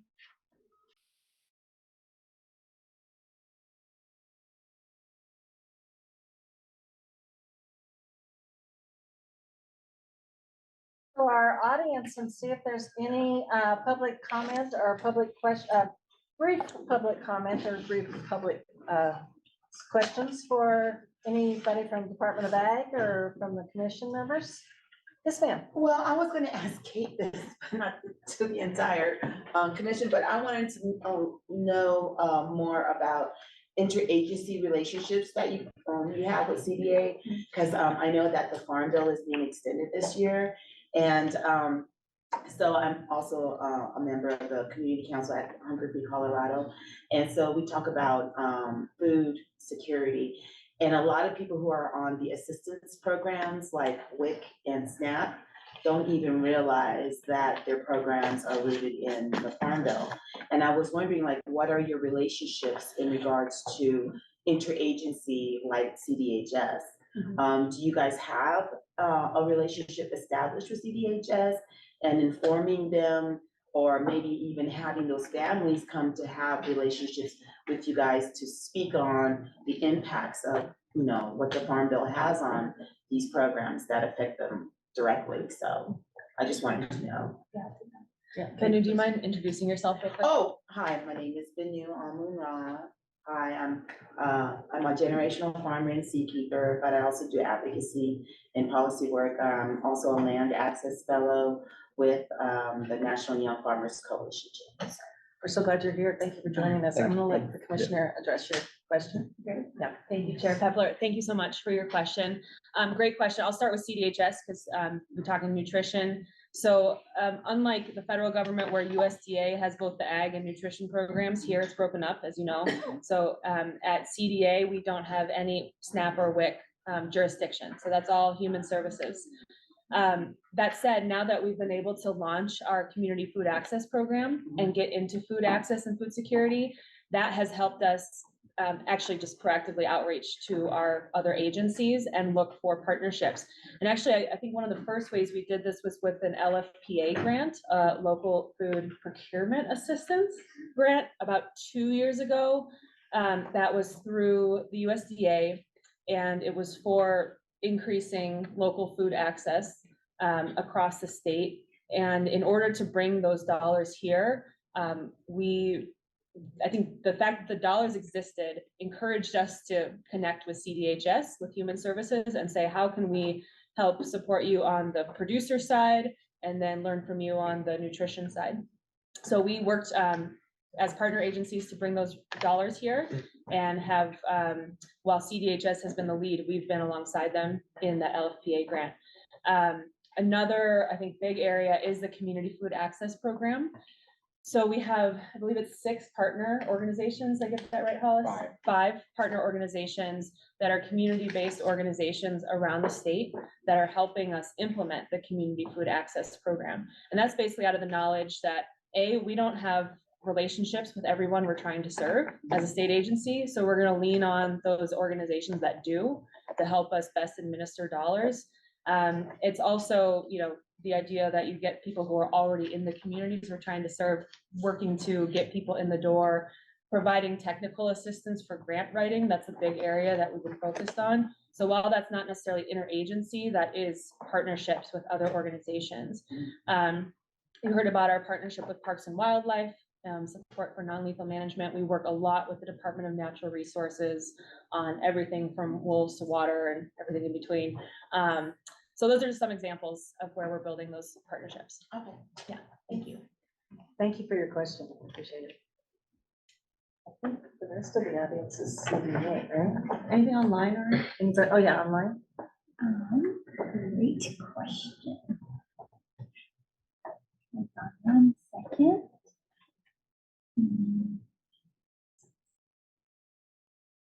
Nothing online. Okay, great. Thank you. All right, Noxious Weed Program Presentation and Advisory Committee appointments, Les Owens and Patty York. Well, I will do y'all the privilege of not listening to me very much. I just wanted to introduce Patty York is our state weed coordinator, Noxious Weed Program Manager. She's been on board since 2022. Yeah. So she's been with the program for over a decade, but she took leadership of the program over in 2022 and has done a heck of a job in bringing more resources to Noxious Weed management, watershed improvement, and I will let her tell you about that because she's a lot better at it than I am. So Patty, it's all yours. Thank you. All right, well, thank you so much for having me here. It's really a pleasure to present the things we've been doing in our program. Like Les says, I've been in the program for coming up on 13 years. I was the Early Detection Rapid Response Specialist, which is a really cool title, for about 11 years. And then I took over as the State Weed Coordinator or Program Manager about 2 years ago. Oh, do you mind actually, joining the table? Oh, yeah, So you sure, have of course. Yeah, microphone? yeah, sure. Oh, and we can, Yeah, that is easy enough. great, thank you. Yeah, there we go. Okay. That owl. Microphone and the owl. Excellent. Yeah. Okay, I will do that. You Yep, and then you Yes, want I me to think, yeah. cap your, advance one here. Sorry, your clicker. Oh, no worries. I couldn't get that to advance. I have to click on it. There we go. Okay. All right, I'll sit first. Okay, so just to start off with some basics, the definition of a weed is really just any plant that's growing where it's not wanted. So those can be native plants, invasive plants, anything like that. And we have over 400 species considered weeds in Colorado. For example, prickly pear, I know is a native species, but on the range, it might not be desirable. So when you bring in the word noxious though, then you're starting to talk about something that is harmful, poisonous, or very unpleasant. So combine the two words and you have a noxious weed. And that's actually defined in state statute. And so the state statute says that a noxious weed, number one, it has to be non-native. We would never put a native species on our noxious weed list. That's because, native species do play their role in our ecosystems, and non-native species are doing one of these other things in order to become a noxious weed. Aggressively invading, being poisonous to livestock or humans, being a carrier to detrimental insects, diseases, or parasites, or being detrimental to the environmentally sound management of natural or agricultural systems. So we currently have 82 formally listed noxious weed species in Colorado. Great. Okay, so then why are noxious weeds bad? Noxious weeds have a lot of impacts. They impact nature. They change food webs. So as we all know, plants are the basis of the food web. If you start taking out a bunch of native species and now you have a monoculture of invasive plants, it completely alters the above trophic levels as well. So noxious weeds can alter natural process. They can exacerbate fire regimes. They can change landscapes. The picture in the top right is a overrun pasture with cheatgrass or downy brome. This plant is a winter annual, so it starts greening up in as early as it can. It is technically palatable for a couple months, so maybe April and May, but then it goes to seed, it browns down, and it's no longer palatable, so your pasture becomes somewhat useless. And it also creates all of this dead material, which can then lead to fires, and it can spread fires that way. So There's a bunch of things that noxious weeds do. Invasive species in general are a factor in the decline of 42% of our imperiled species. So our threatened and endangered plants and animals, 42% of them have seen a decline somewhat related to because of invasive species. There are also huge impacts on our economy. A recent study estimates that invasive species cost North America over $26 billion every year, and that's since 2010. There's reductions in forage and grazing lands and productivity in agriculture, and plants can even devalue property and make recreational areas unusable. So the bottom right, this is a beautiful invasive species called flowering rush. The picture above it is Flathead Lake in Montana. The south shore of that lake has been completely overrun by this plant. The littoral zone is no longer usable really to recreation. And then the homes along that shoreline can barely get their boats into their docks. So it's really kind of devalued their areas. Okay, so having heard all that, I think everybody can understand why in 1990, our General Assembly recognized the profound negative impacts that noxious weeds have on our economic and environmental values and created a law accordingly. So that subsequent law did the following. It defined noxious weed. It assigned duties and powers to our local governing bodies. It created my position at the CDA, and it created a fiscal structure for a noxious weed management fund. And for the first many years of the noxious weed management fund, it was only at about $250,000, and that's all we really had at the CDA to give out to treat noxious weeds around the state. Everything else was kind of up to the counties and municipalities to spend their own money. So it's an unfunded mandate. Now, about 10 years ago, our nonprofit sister agency, the Colorado Weed Management Association, actually lobbied for more funding. Now we receive about $700,000 a year to do the same thing. It still doesn't meet all our needs, but it is definitely better than $250,000. So then in 2003, the act was actually revised to include categorical lists A, B, and C that differentiates the species and assigns different management strategies. And it also creates the Noxious Weed Advisory Committee, which is one of the reasons that I'm here today. You all received a memo in your packet that talks about the Noxious Weed Advisory Committee. We have new members joining every year. The committee consists of 17 members total. 15 of those are rotating positions, and then 2 are non-voting state agency representatives. We meet quarterly, and then this is kind of the list of things that the committee is charged to help us with, but basically just running our program and figuring out what's next for the program. Okay, so memberships are held for up to 2 two-year terms, so up to 4 years total, and they're appointed through a rotating process. We have 3 to 6 positions open each year, and we're trying to reflect as many different geographic areas of the state as possible. So this year we have 3 open positions, a municipal rep, a county rep, and then someone from the public or private weed science. David, thank you for helping me. Basically, there's an application period that's open for about a month.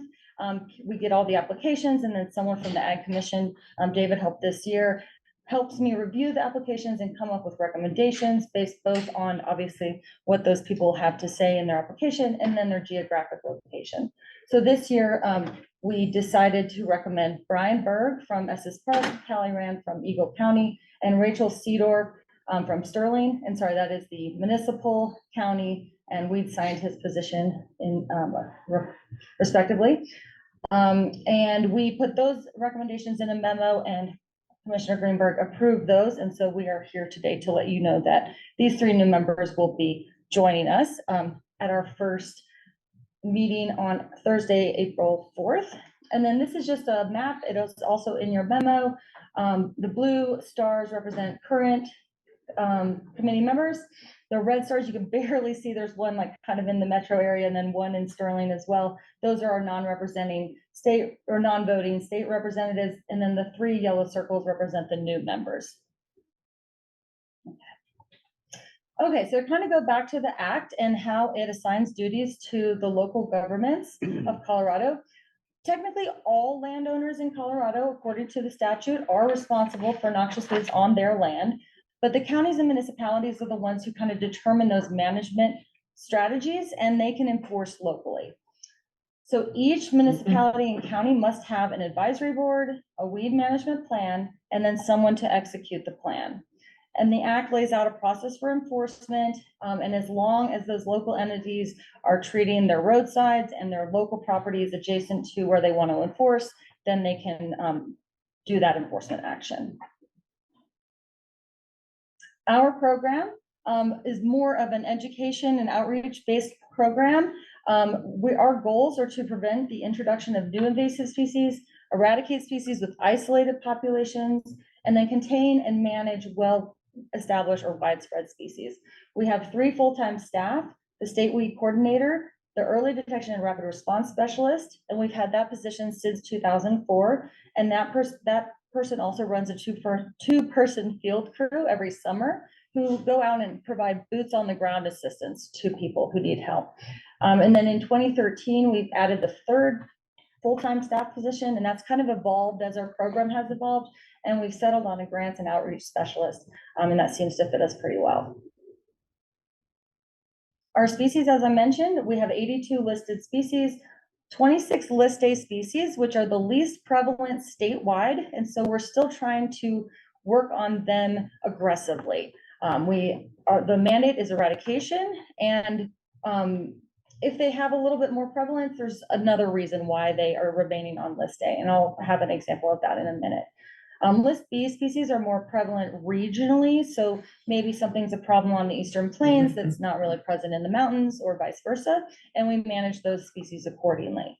Each county is contacted to kind of help us determine what the management strategy should be for list B species. And then list C species, they're highly prevalent statewide. Those are your species like bindweed and cheatgrass, species that pretty much everybody's heard of. The reason we keep them on the list is because having them on the list prevents the buying and selling of those species.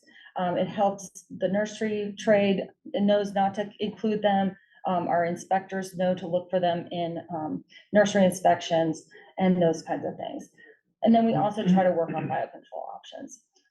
We also have 19 non-regulated species. You have a little foldable pocket guide in your packet of information from me. Those are our species that are not regulated. We still don't have enough information on the behavior and impacts in Colorado to decide that we should have groups manage them actively. So we try to do a 3-year process where we would decide to make something on the noxious weed list.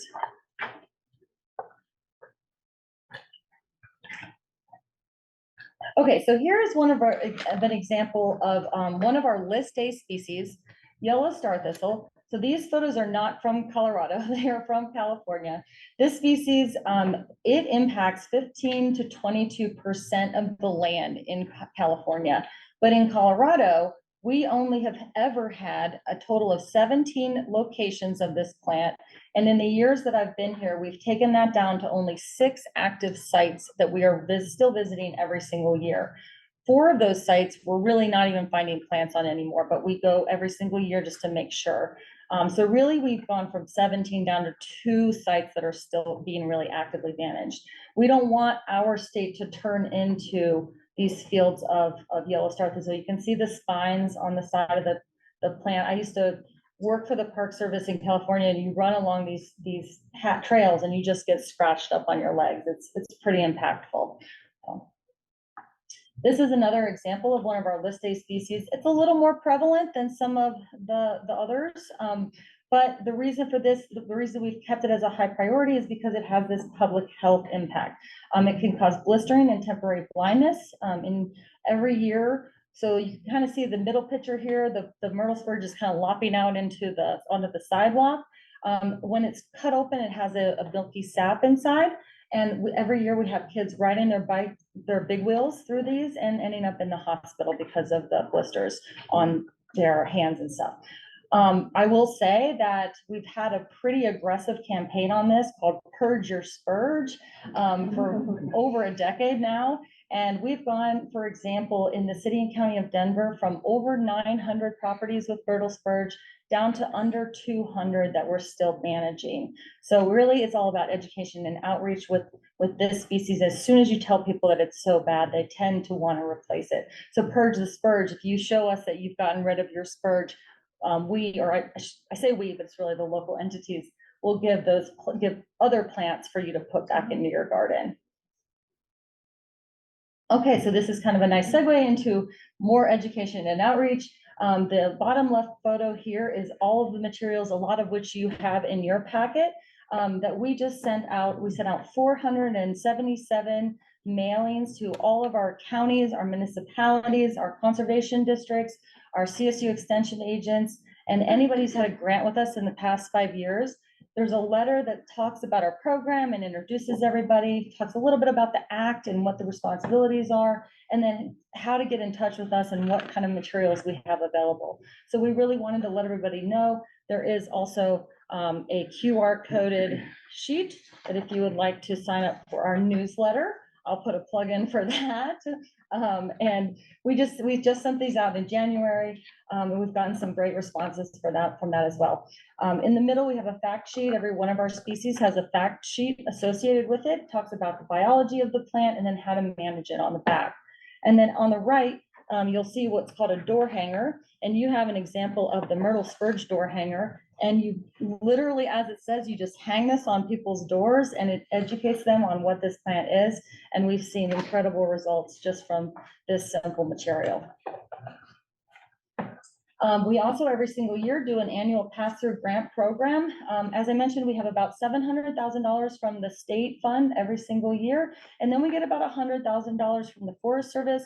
Half of that goes to pay for the field crew that provides that on-the-ground assistance, and half of it goes to pass-through grants as well. This is just an example of kind of the distribution of grants back in 2020. Okay, and then funding. Les really wanted me to talk about the efforts that I've made. I will try to not get embarrassed by talking about myself in this respect. But one of the biggest things is this is an unfunded mandate. And so my job does have the duty to try to bring in funds for our noxious weed management around the state. So before I even got this position, I was told by the U.S. Forest Service that they may have $1.8 million worth of disaster supplemental funding available. So I started emailing everybody I knew, and I came up with a proposal for $3.7 million worth of proposals around the state for disaster relief. They allocated us $300,000, which was amazing. And we have 13 projects that are treating noxious weeds and post-disaster areas. However, that did leave $3.4 million of projects on the ground, ready projects.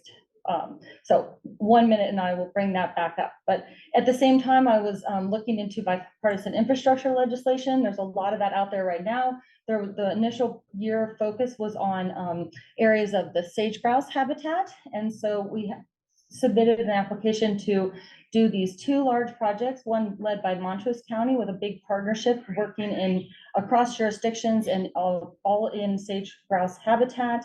And then we have another partnership project with CSU helping us understand priorities around invasive annual grasses in northwestern Colorado and testing tools for mapping and managing those species. We also have a small project collaborating with Wyoming, and then we get about $30,000 a year for capacity building. It's 2 years so far, and we hope that continues for another 3 years. Okay, so then in 2022, the federal government announced the America the Beautiful Challenge inaugural year. They were giving out, I think, about $90 million to the US wide.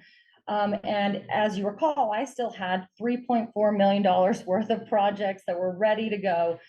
So in collaboration with Adam Ortega, who used to lead the grazing boards here at the Conservation Services Division, we put together a proposal actually asking for $5 million for over 35 projects happening in 39 counties. And we were awarded $4 million to work on all kinds of things around the state, not just noxious weed work, but really trying to increase the health and resilience of watersheds in general. So we're doing a whole bunch of stuff. We're integrating a bunch of technology into range management, looking at reducing wildfire risk by both noxious weed management and fuels reduction, and all kinds of different projects. So we were the only Colorado grant to be awarded that initial year, and I was very humbled. My dad, who was a biochemist who fought for grants every year, said, just don't ever apply for anything else and you'll have 100% track record. Well, I'm not doing that, Dad, but I was very humbled to receive this award, and we're almost through NEPA, and I'm hoping to get that groundwork started this summer. So I have also 2 unknowns. I'm hoping to get data specialist full-time employees, so I've applied for that. And then in collaboration with the plants division, we have a species called Tree of Heaven that is an invasive species. It is the main host for the invasive insect, spotted lanternfly, which the plants division kind of deals with invasive insects. So we're hoping to get some money to start getting rid of Tree of Heaven species, specifically around areas like vineyards and orchards, which might be negatively impacted kind of at a higher level from the spotted lanternfly. So we will hopefully hear about those too soon. Okay, and then just a few more things. We also, according to statute, we're supposed to provide a way for tracking noxious weeds. So we use this system called EDMAPS. It's Early Detection and Distribution Mapping System. There is both a website and then 2 apps to use. It's free registration and everything's free about it. So that's how we collect our data. And then we provide this boots on the ground field assistance. So I was the EDRR specialist for many years. And so I'm in a lot of these pictures, and then there's the field crew. We help with both mechanical and chemical treatments. We're, always using an integrated weed management approach. Whatever the least toxic way to get rid of a species efficiently is how we treat our species. And then the last picture, we have a number of success stories. This one on the top left is from Boulder County. They have been treating these cheatgrass dominated sites with Indaziflam, 1 helicopter spray, 4 to 7 years later. You start with about 8 dominant species in the cheatgrass field, and now you have over 40 native plants that are coming back, including rare species. They've also set up camera traps, so now they're seeing increases in not only the number, but the abundance of small mammals, of birds, of amphibians. I mean, there really is just an incredible kind of health, like bringing health back to our systems. And then on the right, this is a site in Paonia. It's about 600 acres of yellow star thistle, one of our bigger sites that is still actively managed. But even just 7 years later, we got it to a really great place. And now we're just having to walk around and hand pull the annual plant. So I mentioned the myrtle spurge. We also have flowering rush, that one that was up in Montana. We had 5 plants discovered on a tributary of the Colorado River. Because the weed manager who was making those surveys knew what that was, she alerted us right away. We got rid of it, and it never became a problem. So, $1 I think spent on prevention or eradication at the beginning is worth like $26 once you get to now it's overrun and we have to manage it that way. So that's why we do an early detection rapid response approach. So with that, I will leave you with some inspiring photos and see if there are any questions. I did not realize, just looking through this, that baby sprint is a weed. It's on our watch list. Okay. So that's one of the things. So if something has has a economic value to it, then we are really hesitant to actually put it on the regulated list. So that one probably will sit on the watch list. It's not technically regulated, but so it can still be bought and sold and used in flowers. Flower arrangements, and there's an annual and a perennial, and I'm not sure which one is actually, but the perennial's on there. So I'm not sure if that's the one that's used in flowers. But then county weed managers who see baby's breath out in the field, they're like, oof, maybe I should just go ahead and take care of that. Yeah. So that's kind of another reason we have species on the watch list. And in order to move something onto a regulated list, we would make sure that we're communicating with the nursery industry and making sure we're not negatively impacting them. Great. Any other questions? Great information. Yeah, thank you very much. David, thank you for helping with the selection. Thank you, Patty. Great presentation. And this is one more thing. This is our noxious weeds of Colorado. I realized I did not have any of these left, so we've just ordered more of them. And if you all would like a copy of this, is the actual list of regulated species, and I can get those to everybody if they'd like them next meeting. So, great. Thank you. Yeah, thank you. Thanks for having me. Thanks. Yes, thank you. Oops. Thank you. All right, Kate. Travel consultation. Great. So this is a follow-up to our last meeting when Colleen and I gave a brief overview of our tribal consultations with the Southern Ute Indian Tribe and Ute Mountain Ute Tribe, which took place in February in Ignacio and Toyac. And we just gave kind of a brief overview, how it went, what the structure was. But I said I'd come back at this meeting with more details about what actually came out of those meetings. So I'll just give a brief update about our commitments that we made with both tribes. And the process of this has been supported by the Colorado Commission of Indian Affairs. And yet for commission members, feel free to pass these around. These are the full reports from CCIA, Colorado Commission of Indian Affairs, summarizing our 2 consultations. And again, the consultations are formal government to government meetings to discuss partnerships and how we, well, in this case, partnerships and how we continue and build our work together. And again, Simon, thank you to you and your team for a great farm tour and being part of the consultations. So as you look through those documents, and I'll read those out loud for folks listening in, we have of over a dozen commitments that we've made with both tribes. And they really, you'll hear they focus on some specific themes. The first one, we actually talked quite a bit about noxious weeds. And so we are going to be, through our noxious weed program, just engaging more closely with the tribes on noxious weed management. We've made commitments to increasing our communications about our program. So the monthly newsletters we send out, the Ag Connection, the CDA at a glance that we send out with program updates, grant opportunities, job openings. We're going to be forwarding those to the tribes, both tribal council and tribal staff. We talked a lot about, one of the questions I had was, what would it look like to create a CDA tribal liaison position, which we don't currently have. Both tribes were positive in the conversation around the need for that position, and just asked that if we do create that position, that they are part of building it with us. So that will be sort of a, how do we build that is a budget question, you know, what's the right structure for that job? But as we move forward and figuring that out, both tribes will be a part of that discussion and development. We talked a lot about just connecting all of our programs more intentionally with both tribes.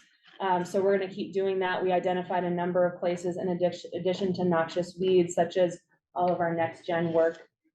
So making sure that both tribes are aware of our ag workforce development program, our next gen leadership grants, and many other such things. Talked quite a bit on funding.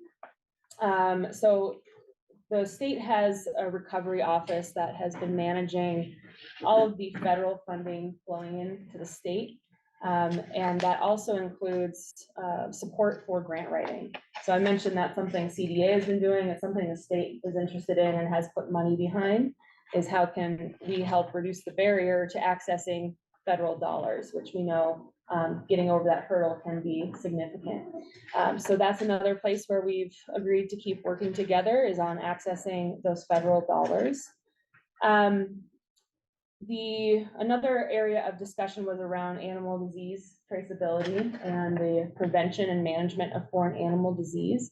So that's a place Dr. Baldwin, our state veterinarian, is going to keep in touch with tribal staff in particular. We've actually already been doing that work. We have held, I think, a couple of emergency preparedness trainings around foreign animal disease. We do this quite a lot, but even just this year, and have had tribal representation in those trainings already.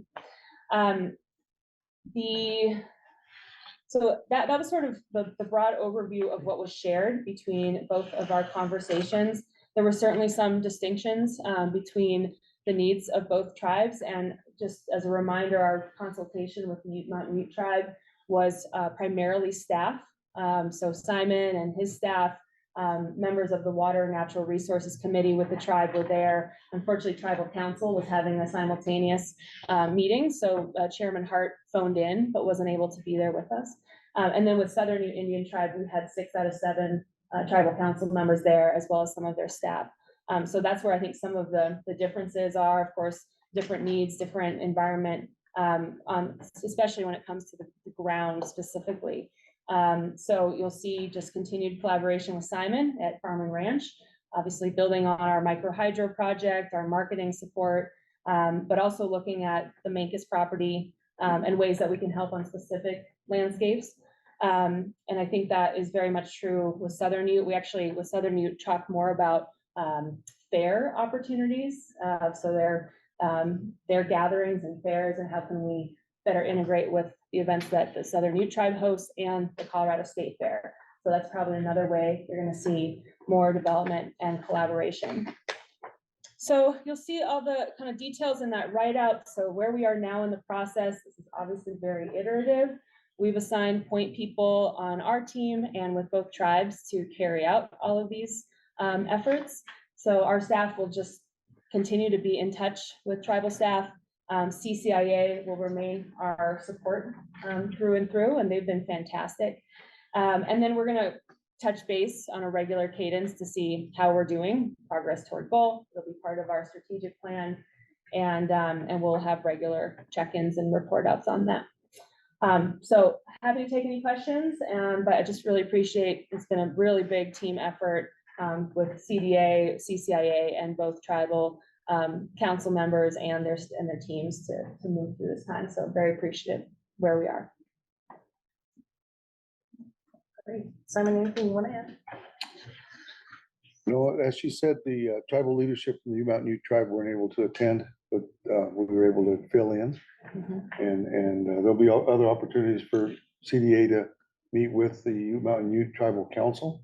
But it sounds like the majority of the council from the Southern Ute were able to attend, which is good. Different landscape. They're kind of checkerboarded on their reservation, and the U-Mountain Ute Tribe is more significant in where they have their land opportunity. I think the difference with the U-Mountain Ute Tribe is that they're involved in 3 states. So it makes it a little interesting for them, and being in New Mexico, Utah, and Colorado. But I know the Southern Utes, I think, are just in Colorado. So, but it was nice to be able to have the people come down and visit and tour that part of the state.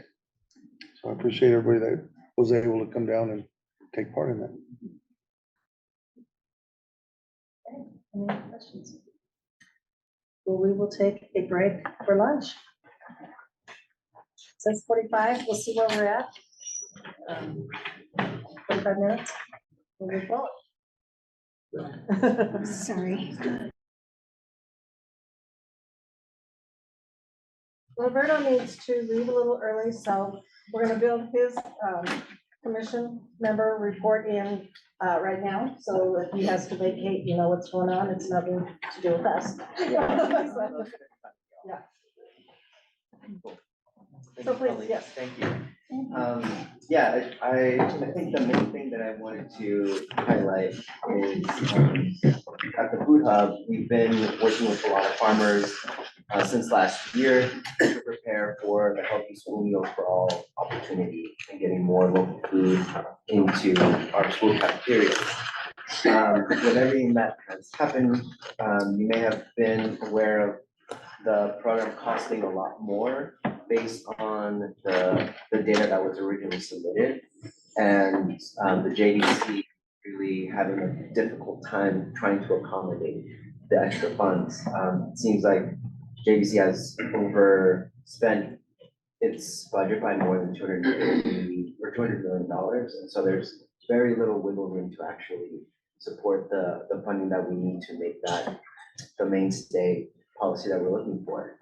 However, you know, they did pass a motion last night to fund free breakfast and lunch for the remainder of this school year and for next year, and to continue the existing purchasing pilot for a year using state education funds. The trouble has been our production planning with producers. A lot of them have made a purchases, investments. And now are kind of in this state of uncertainty as to what's gonna happen, which has kind of put us into some interesting territory because we are the ones that really push for that. And we're like, hey, we can move all this food for you, we have these school opportunities. And so we're all kind of in the same boat together. Additionally, there was also provisions in that ballot initiative for increased wages for workers and paid food service and skilled labor. And that's also compromised. And so there's a lot of folks that are like, what's gonna happen with my livelihood, right? Both on the production side and food service side, school side. So, you know, we're still moving forward. I feel like we have to kind of pivot and just do what we can to be competitive with the pricing that we have available. The most important thing is really building relationships with those schools and seeing how much we can actually move into school cafeterias. But yeah, it was, you know, this is kind of a question for you all that has come up and what CDA's response has been, knowing that there are producers that are kind of in this sticky situation. And, you know, we don't have to go into that now, but I think that's what I'm kind of trying to deal with. On the flip side though, I think talking to a lot of folks, the Community Food Access Program has been a really great initiative and success. And like, it's really reaching people and producers that probably wouldn't have had the opportunity to connect with them with that opportunity. So really happy to see that. And there's really, I guess, strong pathways to explore what that could be like as a long-term, so that this isn't just a one-time and done grant, but it can stimulate a sustainable way to keep these foods in the communities that need them the most. Right? So my reading of that is there are very strict pathways that we can work within and address things, but the level of creativity that I think you all have shown in how to move the needle in those directions has been really amazing to see. And I'm just getting a lot of great feedback from, you know, folks in my region at a smaller scale. And I think it's a really good step forward to building relationships with stakeholders that perhaps have not been the center focus of our department. So that's really great. Yeah, and I think I'm starting to really see opportunities to position the Food Hub as an ally in a lot of these innovative supply chain access endeavors. So local procurement and institutional procurement, I think, is something that I know COPSAC is having a lot of conversations around.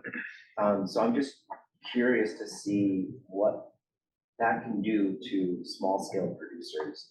The challenge that I've seen is it's hard to bring in small scale farmers who have volume and capacity constraints to meet the demands of local institutions.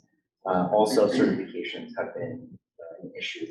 And so while there is a lot of interest, I think it's still tricky to see how to benefit those producers who, you know, find a lot of opportunities in direct to consumer market channels. But as things start widening up for healthy food retail opportunities, I'm very curious to see what happens with schools, hospitals, especially maybe in rural areas that potentially could look at funding for local purchasing through the healthcare systems. I know that there are discussions with 11, 15 laborers. I believe I'm not an expert on that, but to see how those healthcare costs can be allocated to cover the purchase of food.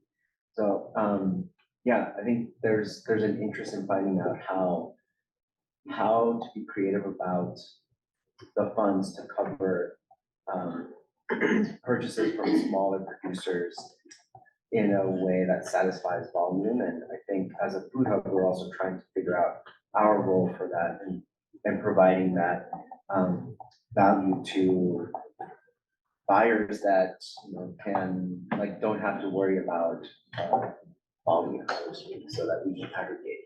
So that's kind of where we're at right now as we start gearing up for the season and start rebuilding in some respects relationships with producers to see where we can move their products. So Roberta, you bring up some really good questions. With your permission and everybody's permission, is I would like to maybe let you restate a little bit of that in April and make that part of our priority discussion. Sure. So if that's okay with everybody. But thank you. Yeah. So let's put that on for an April's priorities discussion. Thank you. Thank you. Yeah. All right, Cindy. PFAS presentation.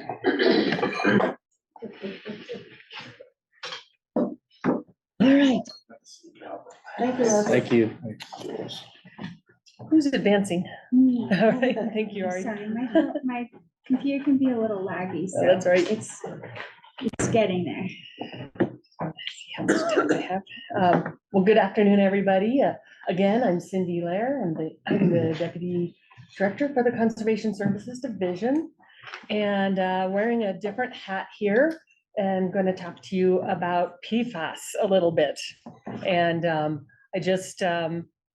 I've been interested in PFAS ever since I heard about the unfortunate situation in New Mexico where the dairy got put out of business because of PFAS in their water, and a lot of the publicity that happened. And it was in June of last year, there was an interagency state PFAS group talking about the 2.0 version of the PFAS action plan in Colorado. And so I attended that meeting for the Department of Ag, and it was very eye-opening. And we have been paying very close attention to this issue at the department.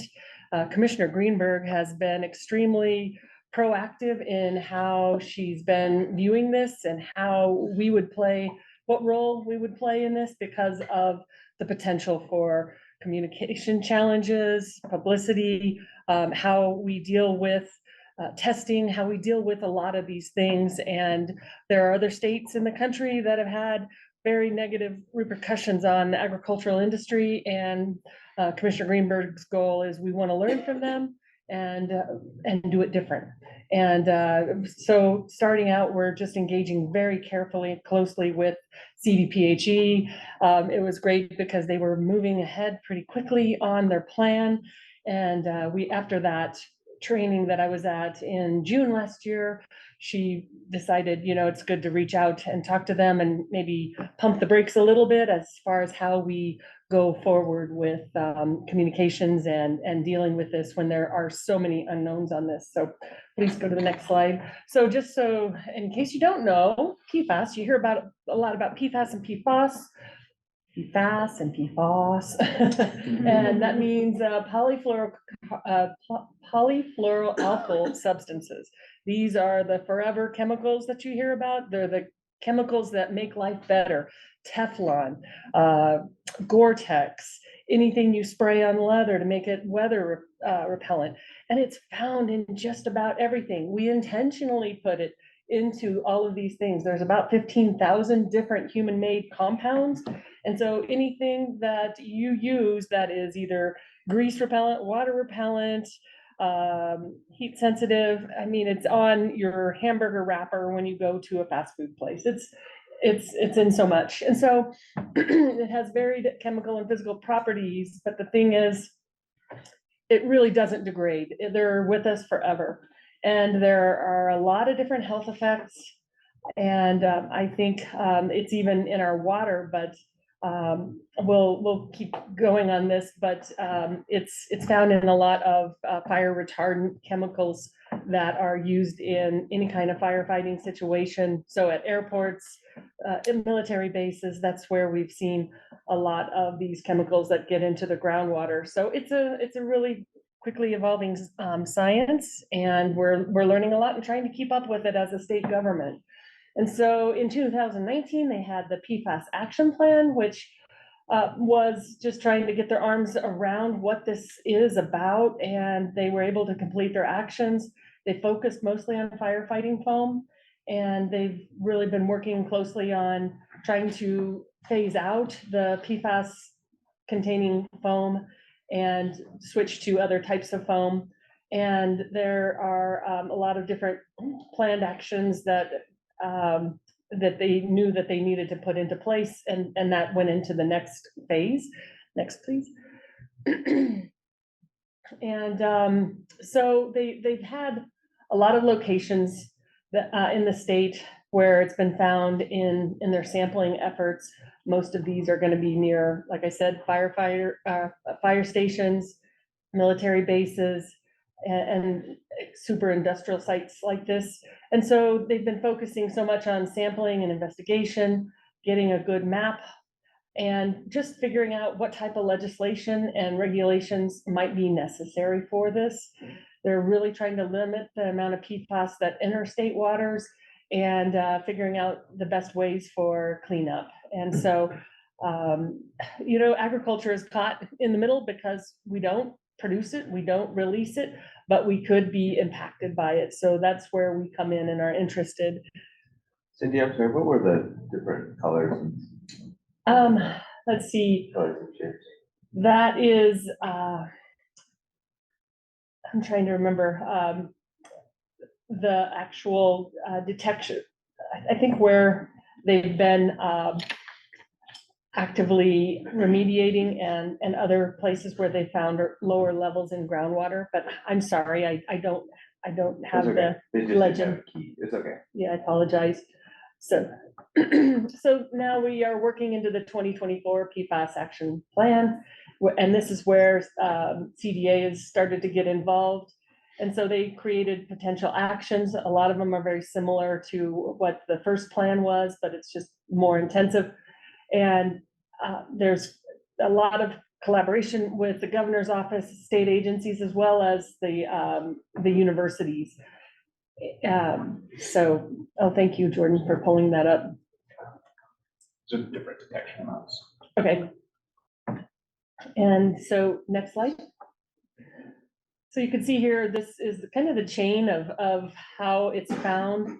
And we're most interested in how it's being dealt with when it comes to food, because when we're dealing with food, obviously that's agriculture. So the green pictures are the ones of the emitters, and the blue ones are how people are exposed, and ultimately it's our families. And we're just now learning all the ways it could be harming us. And there's so many ways of exposure. So in the action plan, we're identifying, the goal is to identify and minimize exposure, and try to figure out and distribute information about the health risks.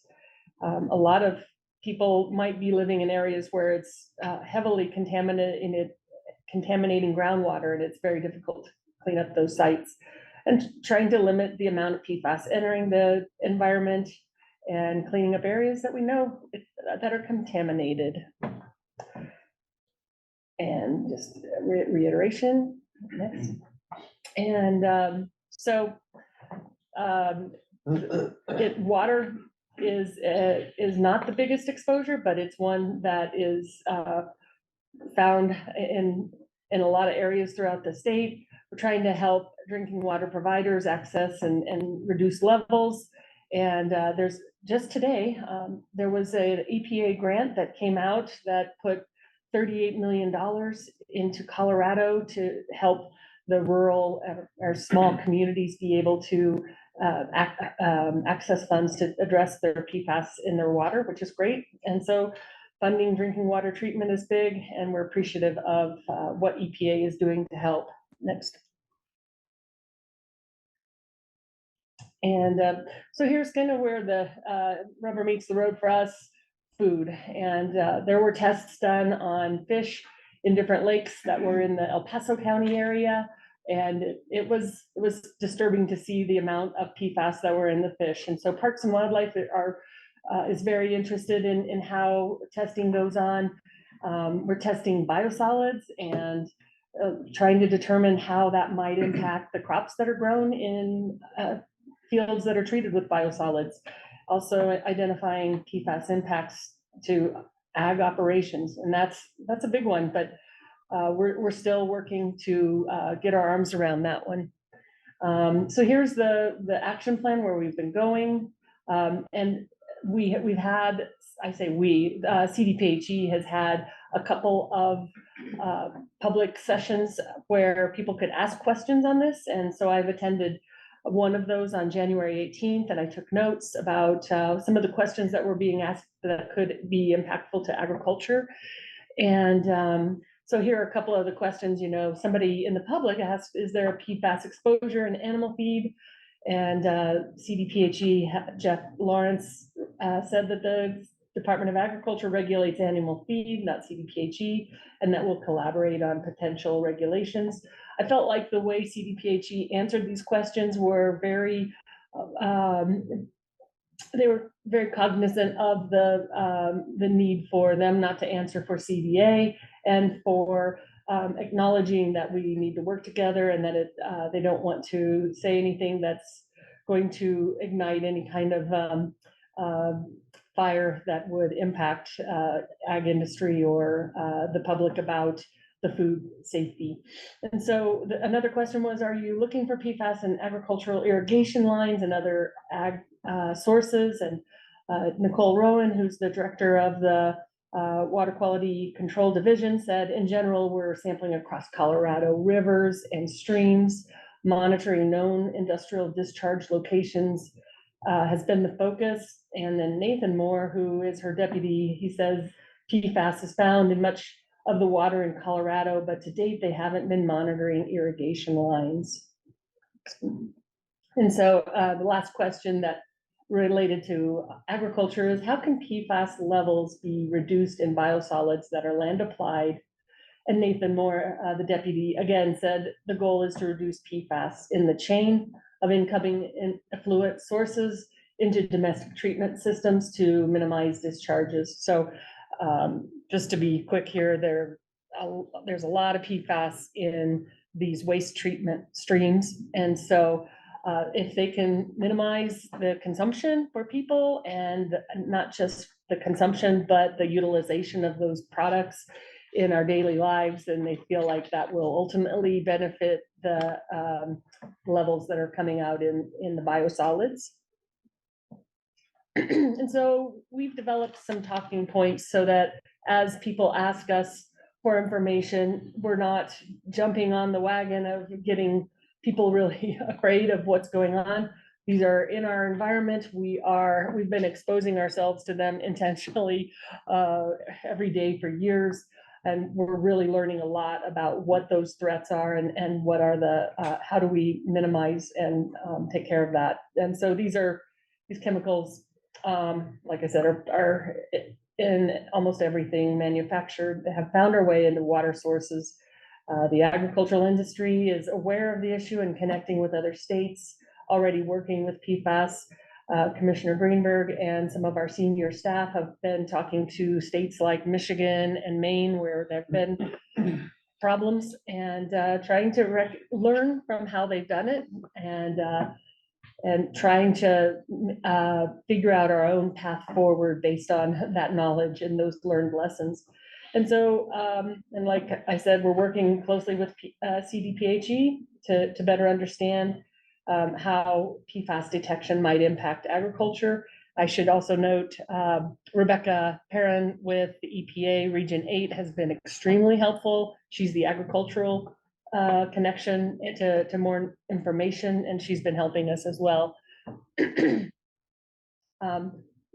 Frazen is just a great resource in CDA as far as our emergency management operations. He's pulling together a tabletop exercise so that we can work with CDPHE, as well as get our communications folks up to speed on different scenarios that could happen. And so that we're already pre-thinking how we're going to react when we get a notification of a contaminated milk operation or, whatever, maybe eggs, and how we're gonna work with that as an emergency operation within the Department of Agriculture. And so we're identifying the different MOUs and intergovernmental agreements that need to happen, so that we're all ready to go when the time comes, because it probably will, and just gaining more information as we can. And so these are some of the topics that we're looking at and that we're brainstorming over: best practices, dealing with identifying exposure sources, completing exposure pathways and potential risks. Milk is probably an area that'll come up for us. And so is it going to come down to an actual dairy that might be a contamination location? Is it aggregated milk product? So there are a lot of things that we're looking at in these tabletop exercises. And so I didn't want to take a long time with this presentation, and just wanted to run it past you. Commissioner Greenberg asked me to do this. She wanted to find out your concerns, your thoughts, and if you have any suggestions or reactions that you'd like to share with us, and that we can take forward as we do the tabletop exercise and in the future reacting to such a PFAS emergency. So I have a couple questions for you. Yes. This would be Hollis. So would that fall under this rapid response? No. Okay. And is Colorado considered a red flag state, or is it because we are taking? We're proactive. Proactive, and that's why we've also gotten funding, FDA funding, that you spoke about. EPA. EPA, excuse me, Yeah. yeah. Yes. Okay. And I think that funding is probably going nationwide. Okay. They didn't just send it to Colorado. But we also have a lot of pathways through our military bases too. Okay. But again, agriculture isn't the problem, but it could be a problem for agriculture. Sure. And food. Is there any way to filter PFAS out of the water now? I think they can, but it's very expensive to do it. So Typically use reverse osmosis. Not easy then. Right, expensive.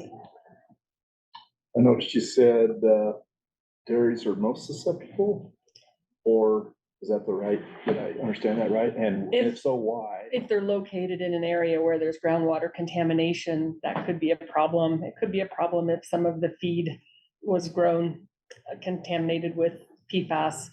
Those are some of the challenges, and they do produce it in their milk. It does move into their milk. It could. So that's why it could be a problem. But just given the fact that there aren't a lot of dairies that sell direct, it's usually aggregated and usually diluted quite a bit with other milk. So I like to think that it's not likely to be a big health problem, but we're really not knowing what that level of benign,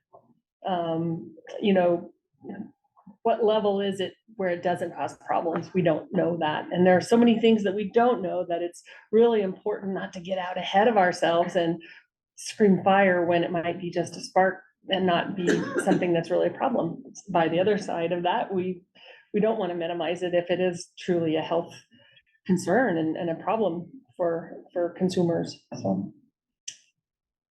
So currently, we're probably okay. I mean, all those tests or those sites you had do show some of it, I guess, if you will. So, and this is coming from EPA. So is EPA shutting that chemical out of all future production across the states, or not necessarily yet?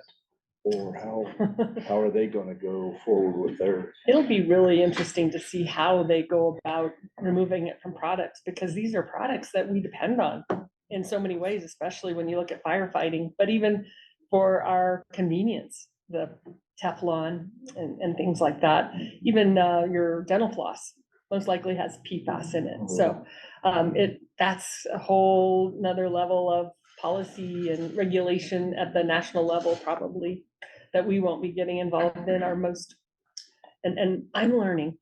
I am not an expert at this, and we have Dr. Baldwin knows and is following this so much closer from a scientific perspective than I am. I'm most interested in from the policy and how we react and things like that, but we're all learning and very, very closely engaged in keeping ahead of this wave.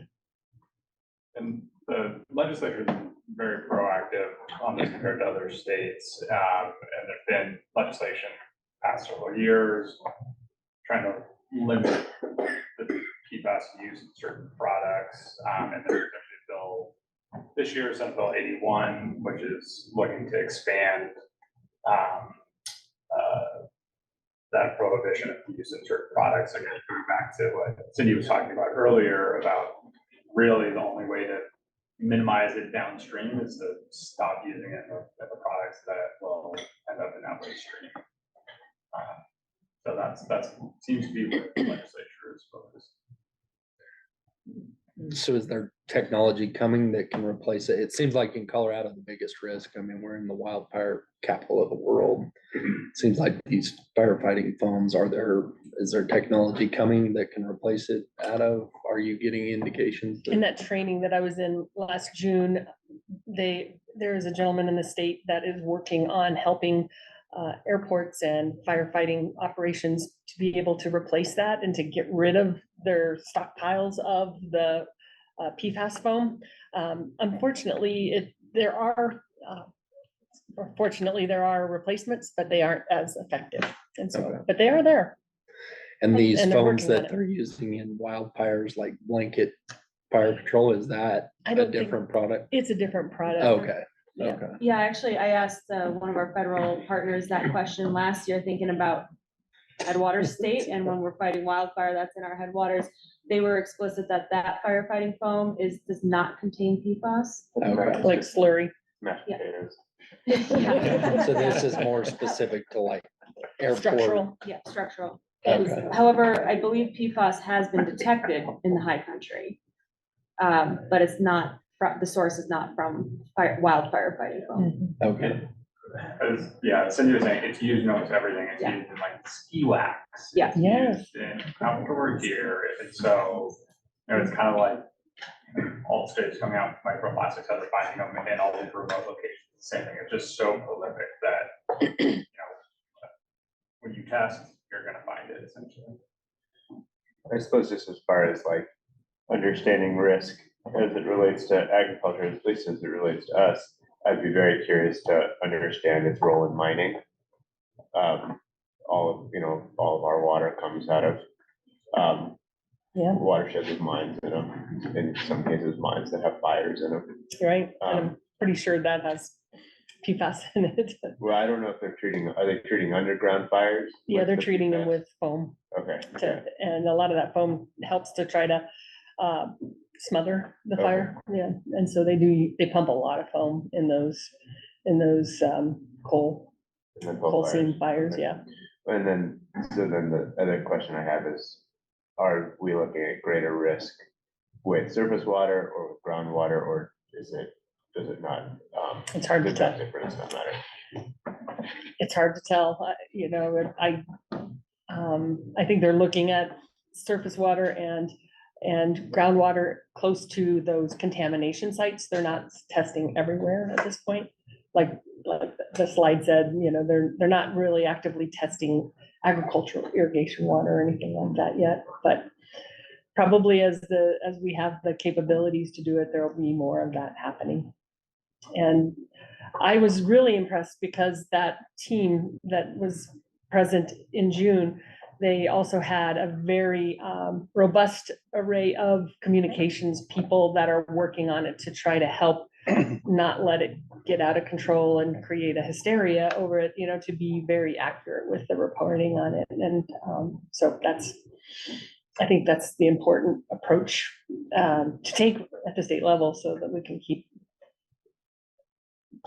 information flowing, but also make sure that people understand the risks and risk in agriculture, but also risk just to citizens. Sure. I might have missed this, but has there been any known effects to human as far as there has been. Yeah, increased risk of cancer. There have been more risks of cancer where people are drinking water from contaminated wells. That have been traced back to PFAS, yeah. Why is it concentrating in biosolids? Is it because humans are consuming that much of it? And excreting it, yes. Oh my God. Yeah. Why, you also see that high concentration of fish, because it accumulates food chain. So we do have a comment and a question online from Susan Gordon. Other states like Maine are way ahead in terms of dealing with PFAS impact on agriculture. They have programs in places to assist impact farmers. Are we working with those states to learn their best practices? And why does PFAS not fall under rapid response? I can take this real quick. So on the second question, I think the Chair Pepler, that was your question. Does this fall under rapid response? Correct. I believe you were referencing Deputy Glenn's update about our rapid response around foodborne illness specifically. Okay. So the distinction here, there would be a rapid response in a positive PFAS detection, but it's separate from a foodborne illness. So hopefully that answers that question. And then other states like Maine. So as Cindy mentioned, we've been working with Maine, Michigan, and New Mexico primarily. Those 3 states have had positive on-farm detections, and their state's response was to shut down those farms and to restrict movement of products off of those farms. We do not want that to happen in Colorado. And those 3 states, including Maine, have been very explicit that that does not have to happen, that the way it happened there does not have to be the way it happens elsewhere. The other element is that those farmers who had a positive detection were also consuming high levels of PFAS. So not only were they dealing with the state health department coming in and shutting down their operation, they were also dealing with the health impacts to them and their families. So our message has been, we are not, ag is not the polluters, we are among those consumers dealing with potential PFAS. So to the third question around biosolid application, and I think Jordan mentioned this as well, the state is, I mean, the regulatory landscape is still being built around this. And there's really just drinking water standards. There's not soil standards or human consumption standards outside of drinking water.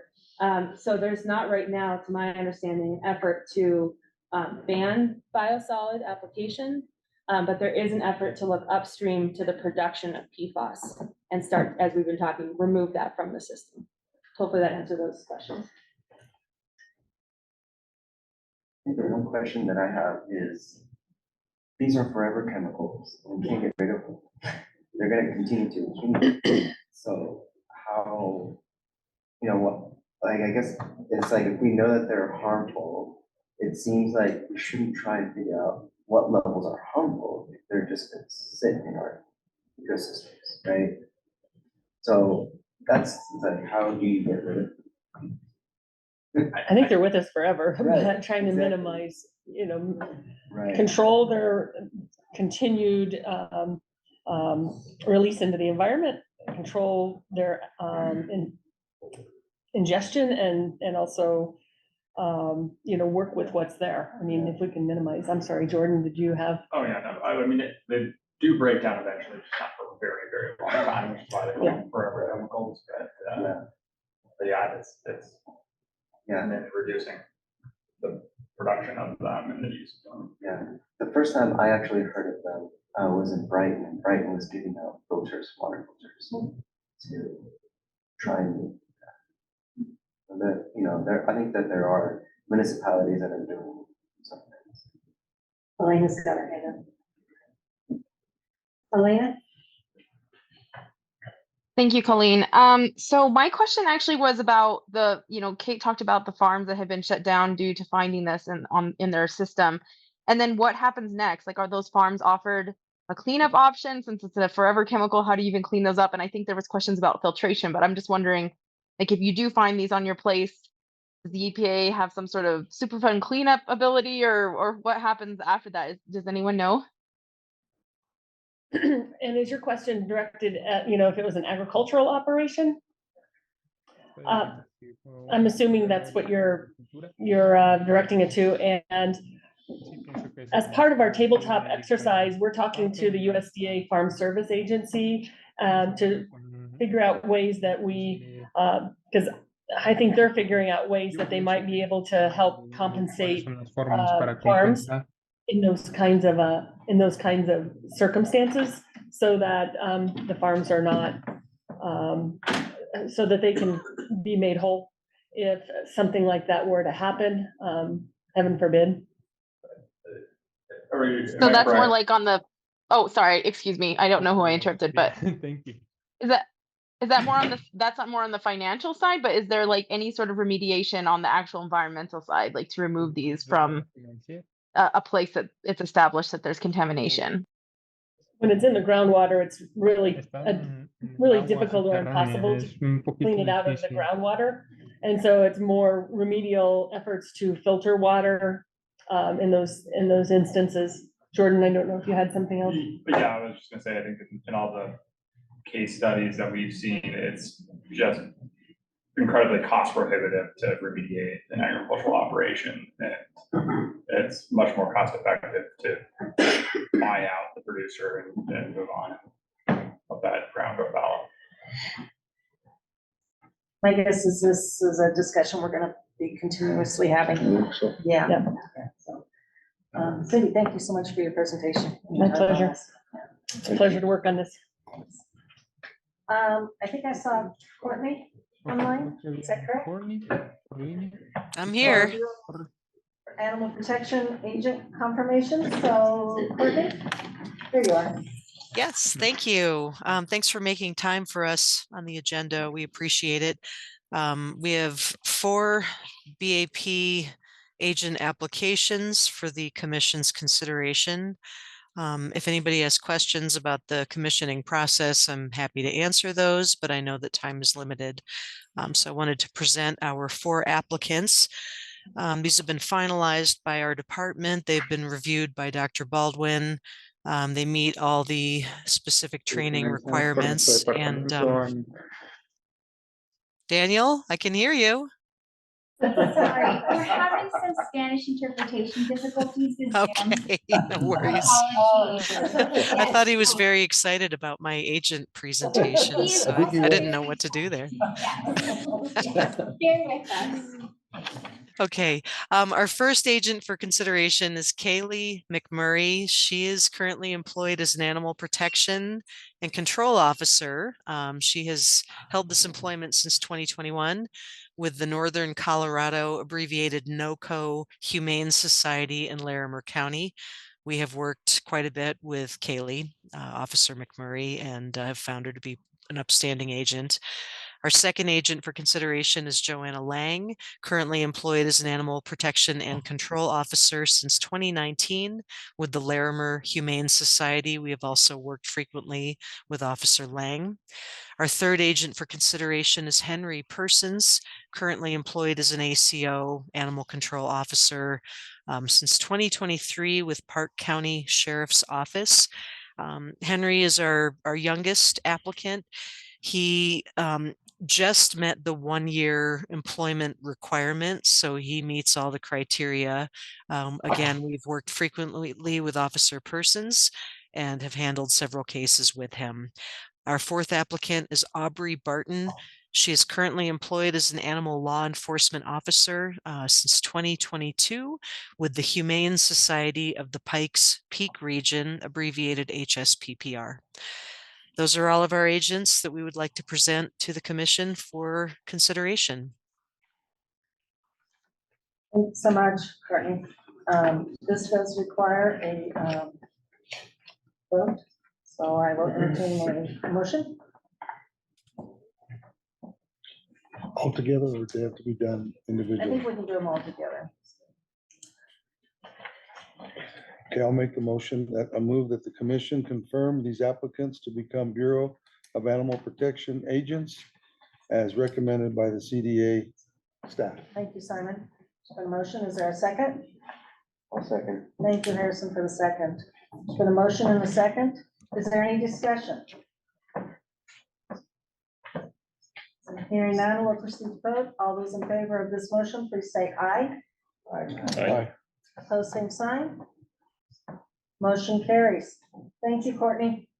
Thank you very much for your time. We appreciate it. All right, 150, 250 planning, Commissioner Greenberg. Okay, excellent. Thank you very much.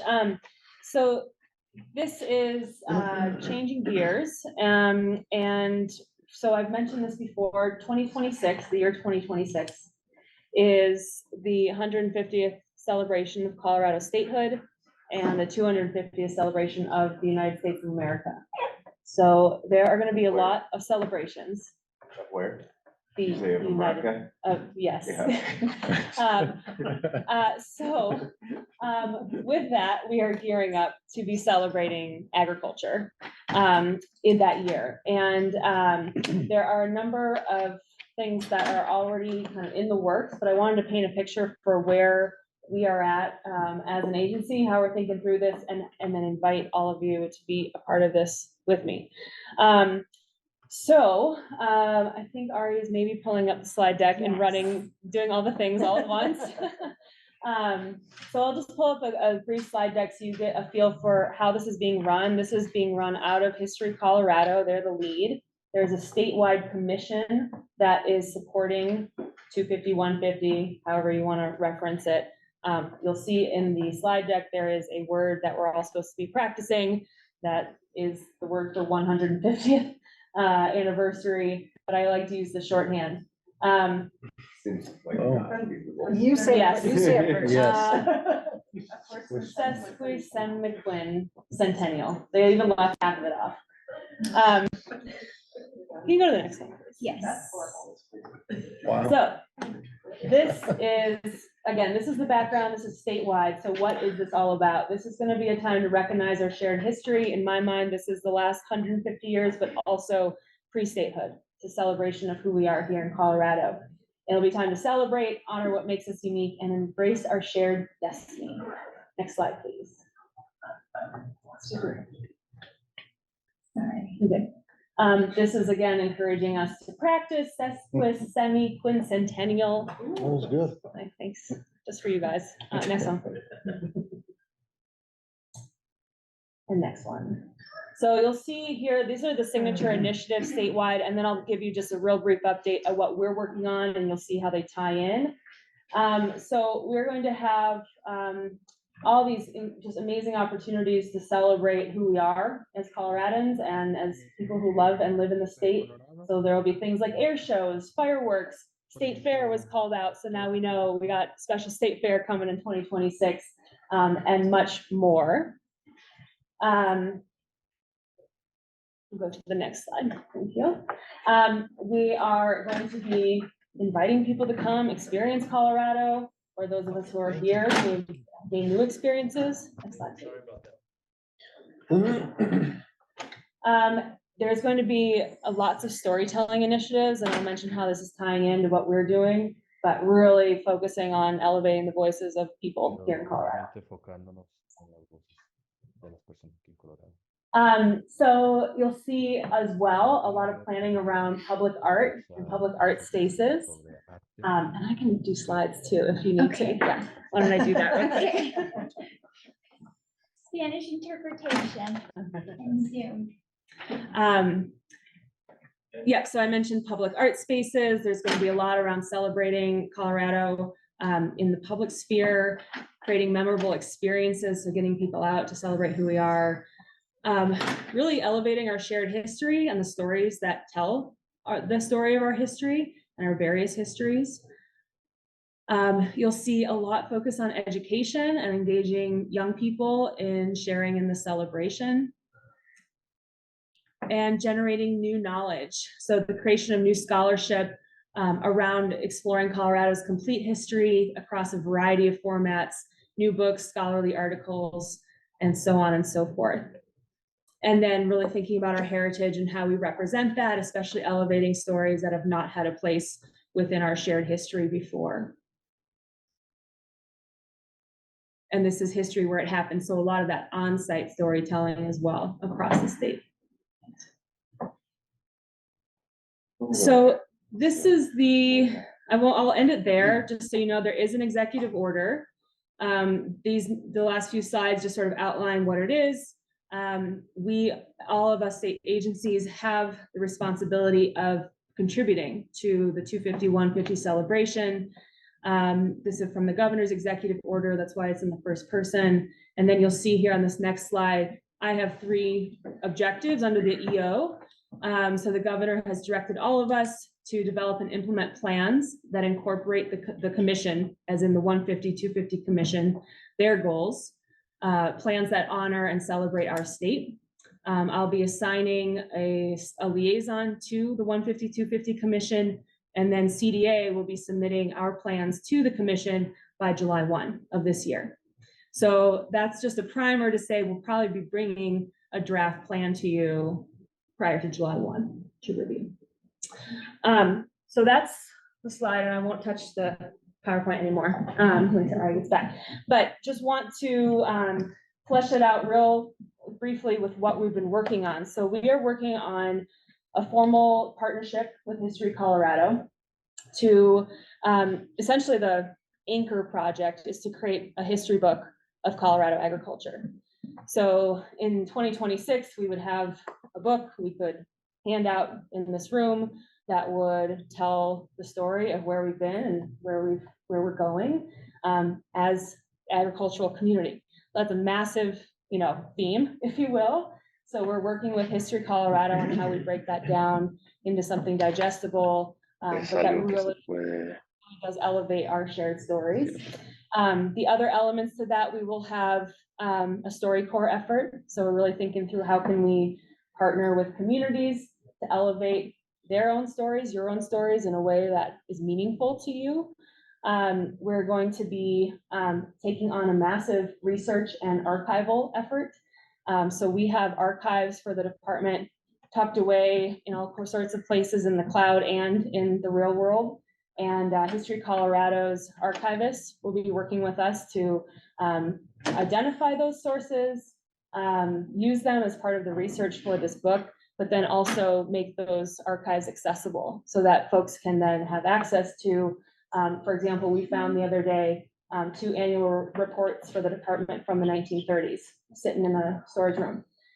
So we want to make those accessible and preserve them. So this is sort of joint preservation effort, storytelling effort, and celebration. So we're 2 years out from that time, and obviously just a few months from having to have a plan. So these are just the things we've been incubating, or kind of I put on the table to work with History Colorado.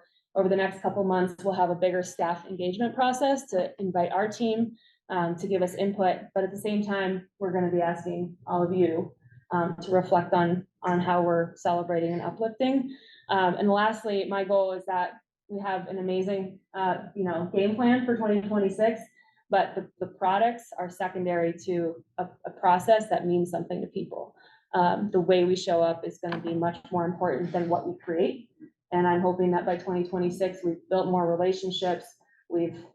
People have a sense of pride in the project and the conversations we're building. So that's probably what we'll need to lean on you, reflecting if we're heading in the right direction. So that's 150-250. Happy to answer any questions now or after the meeting as well. Seems like we just need to get the Nuggets to win the championship again. Yeah. That was the biggest parade. I can see Hollis's wheels turning over there regarding what the state fair theme will be. The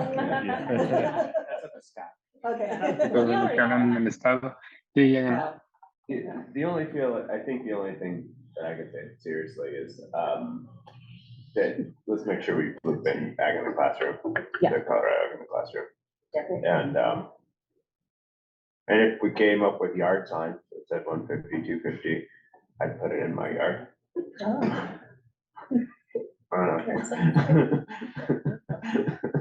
Okay. Bumper stickers. And Bethany's on the board of Ag in the Classroom as well, so it'll be a good time. Yeah, they've done a lot of research, and like the books that they have would be great, and some of the stories, I think, right? And Colleen's on that board. Oh, yeah.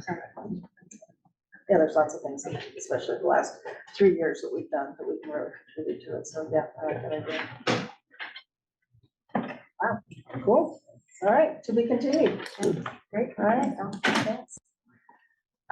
Looks like we have a 10 built in, so 10 minutes, we'll be back at 2:32.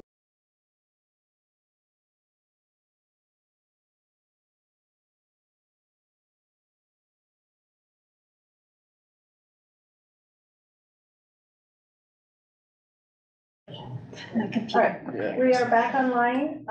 We have a chat that I'd like to share with everybody, and it's from Susan Gordon. And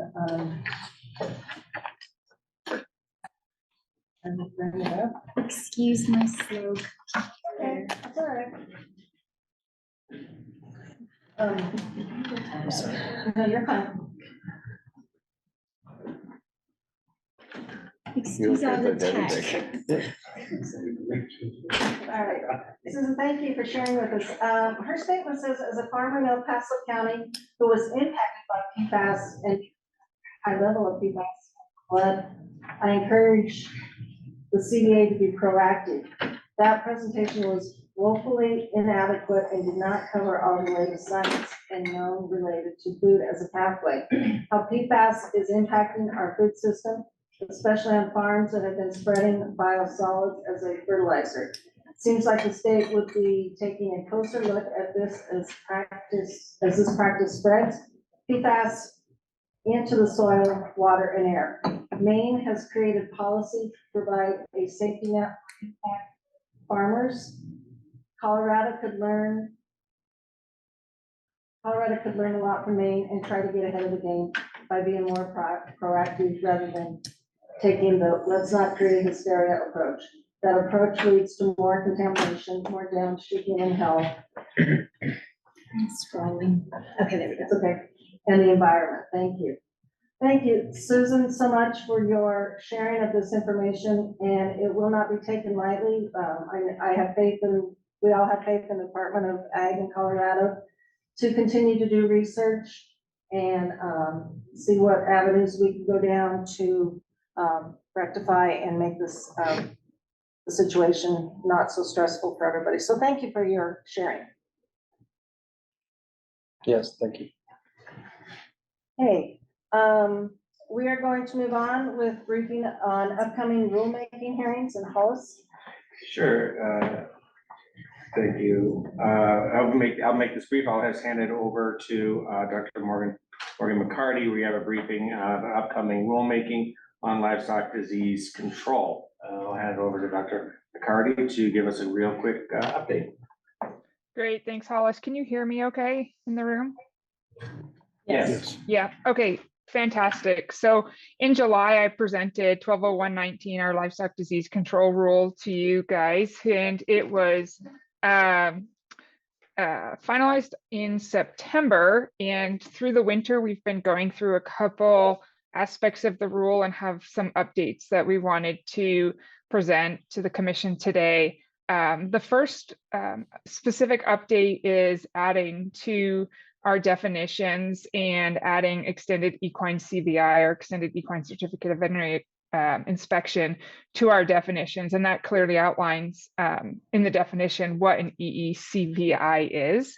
And this is a, as it says in the name, an extended certificate of veterinary inspection for horses. It's done by an accredited veterinarian, and it allows movement of horses for 6 months. The specifics of the movement and the requirements will be in our import regulations, and so they will not be in rule. The definition of EECVI will be added to the rule, and then when we changed or added the definition, we had to add in Part 2 clarification language due to the fact that the rule says that CVIs are only valid for 30 days, and this would make the EECVI valid for 6 months, which is what it is valid for. So that is the addition on the CVI side. So added the definition and then added the exception to the 30-day expiration on CVIs, only for EECVIs. So that would be a 6-month expiration. Hopefully that makes sense. And then on the trick side of the rule, Part 10, there was a couple hangups that we had with this. We inadvertently removed a portion of the trick rule when we removed the import requirements.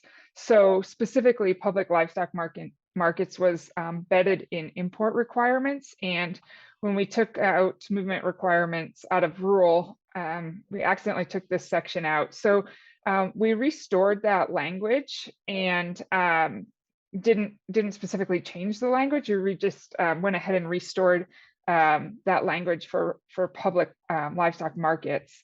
And then we added a new definition under Part 10 for slaughter only back tags. That language was already in rule, but there was no specific definition of slaughter only back tag.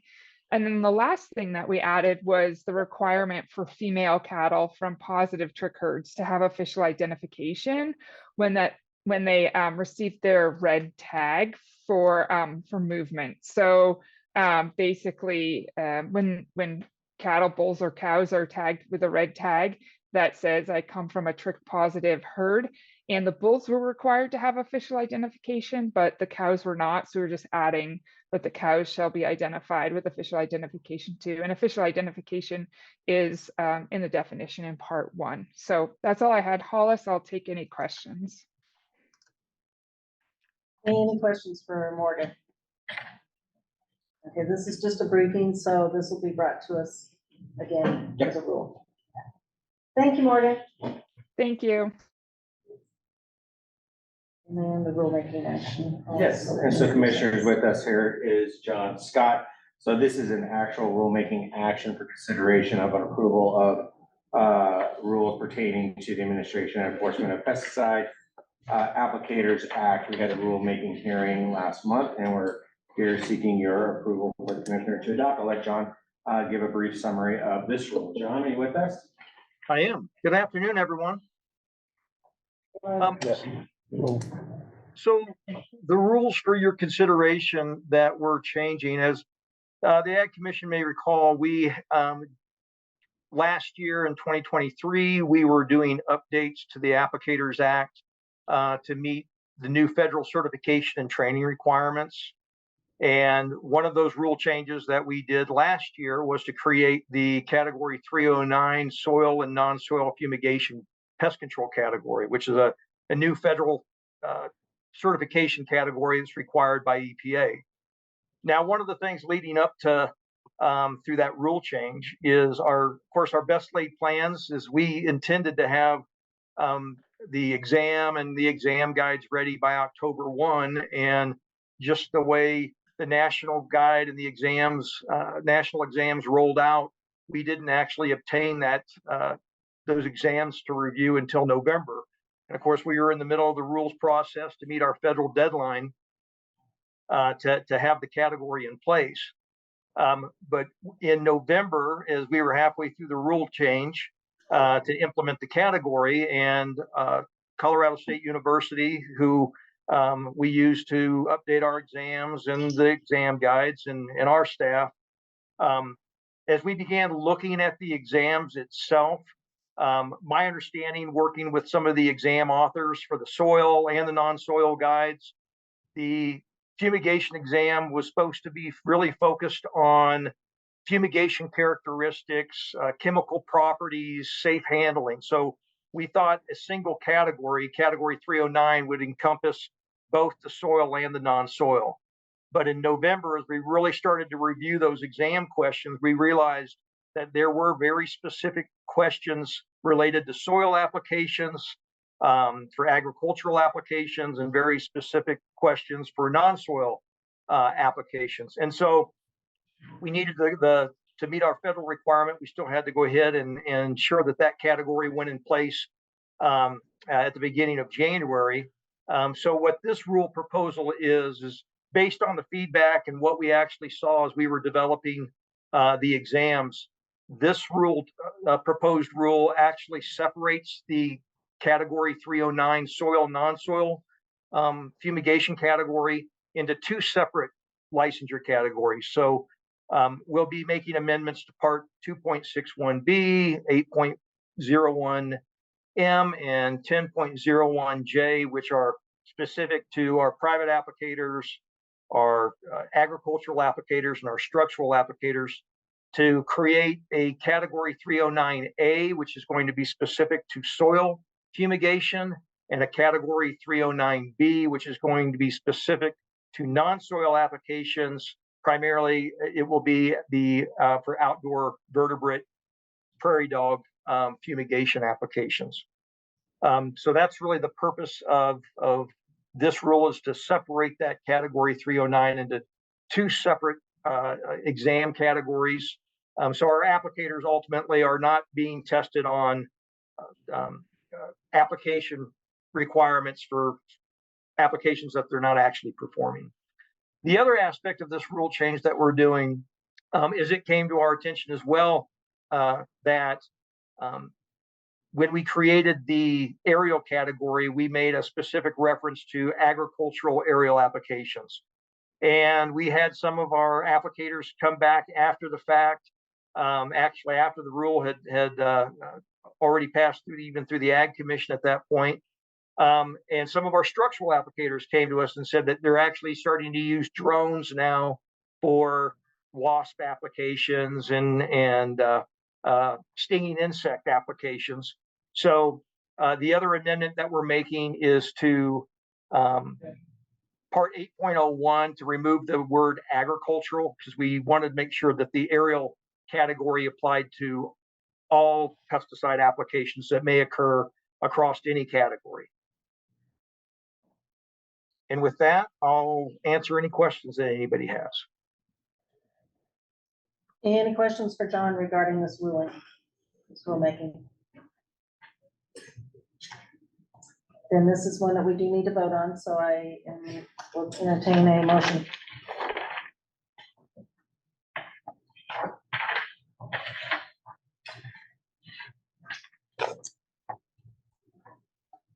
I'll move that the commission recommend the commissioner to adopt the revisions to the rules and regulations pertaining to the administration and enforcement of the Pesticide Applicators Act as Thank you, Simon. proposed. Thank you, Simon. There's been a motion. Is there a second? I'll second that. Nick, thank you for the second. Been a motion and a second. Any discussion on this motion? And we'll proceed to vote. All those in favor of this motion, please say aye or raise their hand on the computer. Aye. Opposed, same sign. Motion pass. Thank you. Thank you, John. Thank you, everyone. Have a good day. Thanks, John. Okay, pathways for public engagement discussion.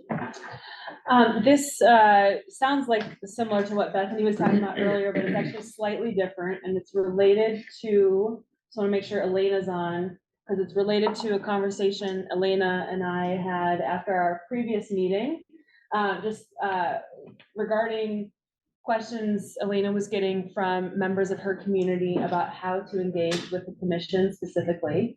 So we worked with Elena to create a one-pager, which you all have in your email from that Ari sent out for the Ag Commission meeting today. And it's titled Agricultural Commission Meeting FAQs. And I don't know, are they in the printed packets? They're not in the packet. They're one of the linked resources. Okay, yeah, we'll make sure and circulate that again. Yeah. And actually, do you mind pulling that up? It's in the chat. We can just put that up real quick, just so you see what we created. The idea is give you all a tool that's easily accessible to hand out, whether digitally or printed, to folks that you're meeting with in your communities, and be able to support their interest in engaging with the board. So you'll see here, thanks Ari, page 1, what is the Agricultural Commission? So we just have a paragraph there, who are we? You scroll down, when are meetings held? Of course, for the record, all of this is subject to change, but this is how we've been doing business to date. So once a month, some virtual and some hybrid. So we have 5 of our in-person meetings, which are hybrid, and like today are the longer ones, with the other meetings in between virtual and shorter. These longer meetings for the public listening in are where we make our decisions. The shorter meetings are really briefings and updates. Where are they located? Virtual is virtual, in-person is around the state, and we make that decision once a year, but that is also subject to change. What do the meetings cover? Hopefully for folks listening in, you hear the breadth of what we cover here. For commissioners, you have this here now to describe what we do to people asking, how can I attend? So obviously all of our meetings are open to the public, regardless of location, regardless of whether they're in person or on the cloud. We have our Ag Commission page on our website, which is hyperlinked, but the URL is ag.colorado.gov, and that will take you everywhere you need to go. We have the QR code on here too, so while you don't see the URL, folks can just scan the QR code. It takes you to this page. You can sign up for our email alerts on Colorado Ag Commission info. This is new, so this is another community engagement element we have. And then if you're unable to attend meetings in person or virtually, all of our meetings are recorded and uploaded to YouTube so folks can watch and listen in after the fact. Why should I participate? We lay that out for community members, and then links to where you can get more information. So just a lot of opportunities there. And then if you scroll down some more, we listed each of you. We don't have all of your contact info because we just want to funnel folks to, I think Bethany is our point of contact on here. And then she can make sure that anybody reaching out gets to each of you and you're able to make that connection. And then tell us how we can connect with you. Again, connect with Bethany. Lastly is the public forum bit. So we just are communicating that we are intentionally building in these public forums designed to allow community members to engage with each of you around the state. So hopefully that helps when you get questions about who we are, why we are doing what we do, and how people can engage. And Elena, hopefully that met your expectations, but happy to entertain any questions or comments on it. Yes, thank you so much, Kate. I appreciate you addressing that in such a professional way. So I think it's such a great opportunity because I know as a new member, like I've had a lot of people be like, oh, I didn't even know you were on the commission. And so I think it's a really great opportunity for all of us to be in our communities so that people know they can communicate with us. So thank you, Kate. I really appreciate that. And I think, going forward, I know that everyone's really trying to like make our public presence even stronger. So I'm so happy to see all the guests that are here today. And I would love to see that be at every meeting so that people have that ability to communicate with their Ag Commission.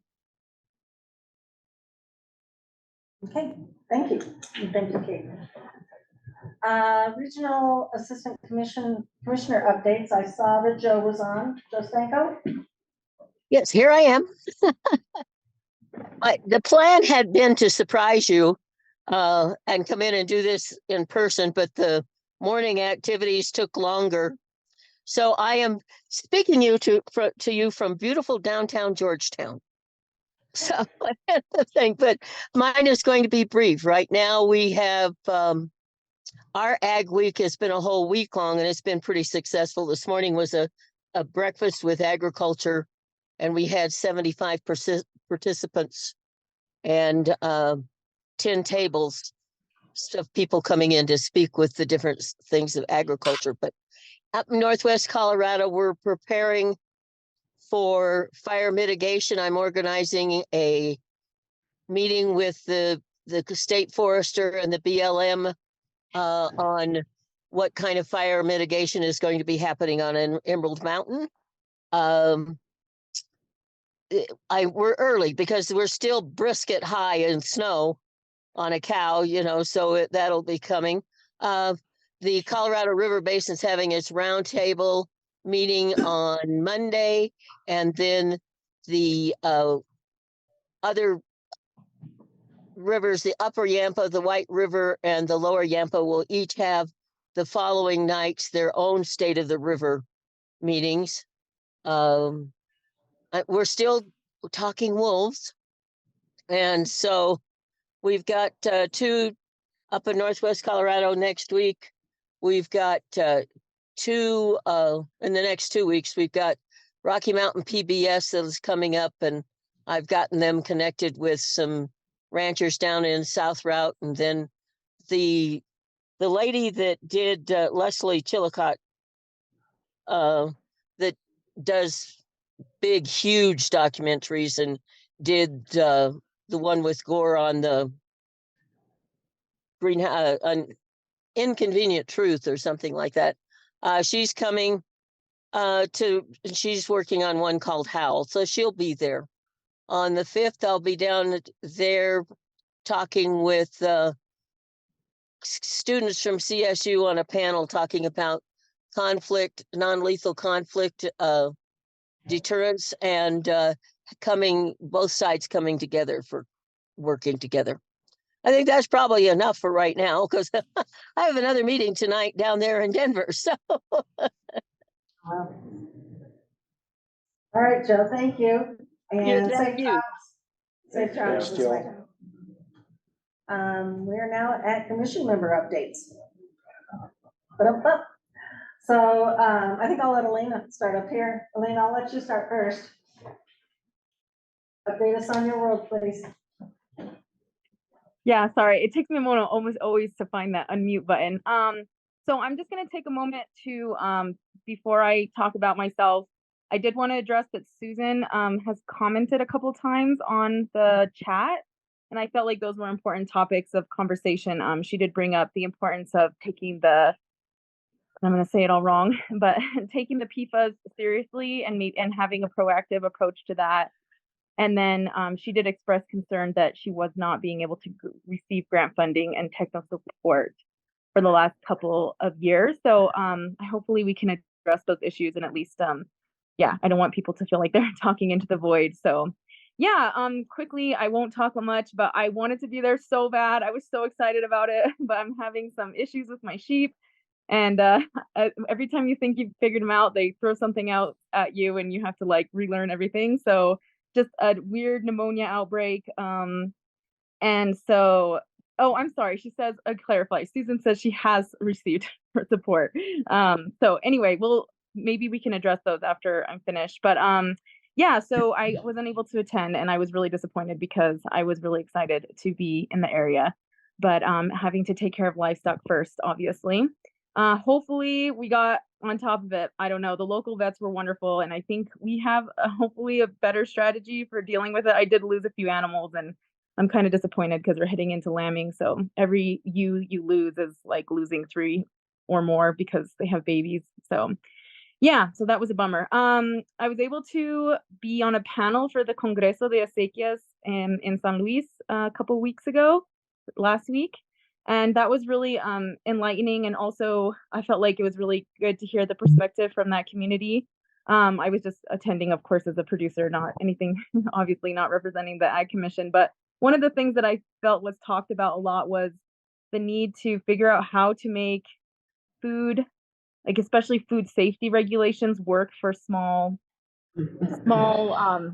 well, basically the People's Market, which is the first grocery store in Colorado, has been really struggling to get off the ground and then also to like carry a lot of the products from the community. And so there was definitely a lot of interest in how could we work with USDA processing to make that more streamlined. And I know there's been discussions too. And so there was definitely like people really would love to see like a state process instead of working with the USDA. So I know that's something I would love to see as well.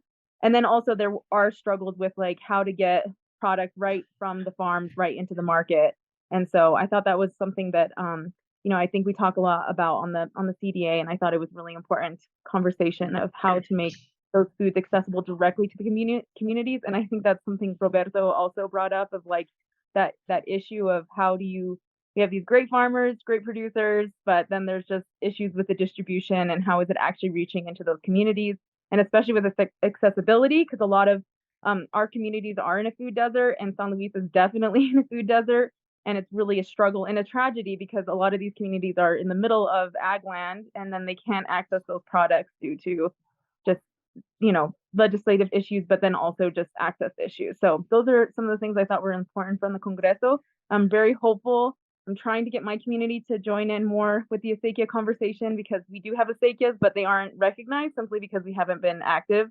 And so hopefully that's something that can happen and moving forward to get our communities to be a little bit more involved. So that was it. Thank you. Thank you, Elena. Who'd like to share next? Sure, I'll go. All right, Jeff. I guess the big thing that's happened in the last couple of weeks, we've gotten some snow in the mountains, which has taken us up to 100% snowpack, which is really good. And we got some snow on the valley floor as well to soak up the soil. That's been really huge. Some other big things that have been happening, there's still a lot of talk around the potato seed law that's going through the Senate right now. The last I heard, Cleve was going to proceed with that and push that through. I don't know, Jordan, if you've seen that pushed back through or not. Yeah, so it was amended in the committee, and did pass out of the committee, so yeah, that is moving forward. Yeah. So I think there's been a lot of opportunity for community engagement, lots of very heated meetings, but a lot of good education that has come out of those meetings. So I think it's really good for the industry. Some other things that have been happening, there's some water court cases that have been sent to trial, and there's some dates on those.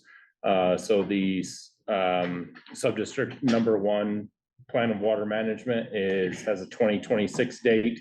SWAG has a 2026 date, and then there's one other one. So 2026 is going to be a big water court year for the valley. So it's a little bit later than what we hoped, but getting all the parties involved was a bit of a challenge, I guess.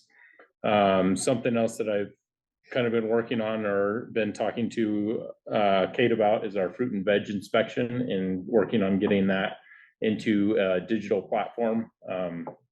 Georgia has a platform, and then the state of Colorado is reviewing that right now for safety protocols, things like that. But something that we're hopefully going to need some funding for to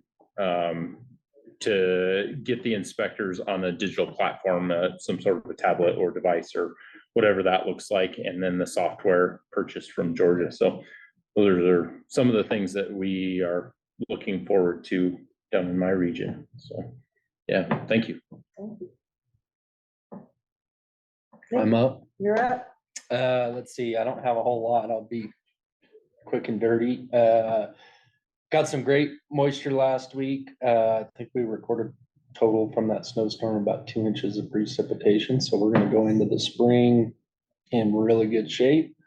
That's always a nice place to be this time of year.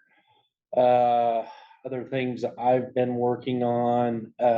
So I think I told you all, I'm sitting on a panel that is for the Colorado State Land Board, and looking at their pricing structure on Colorado state lands, which, you know, millions of producers or lots of producers utilize state land.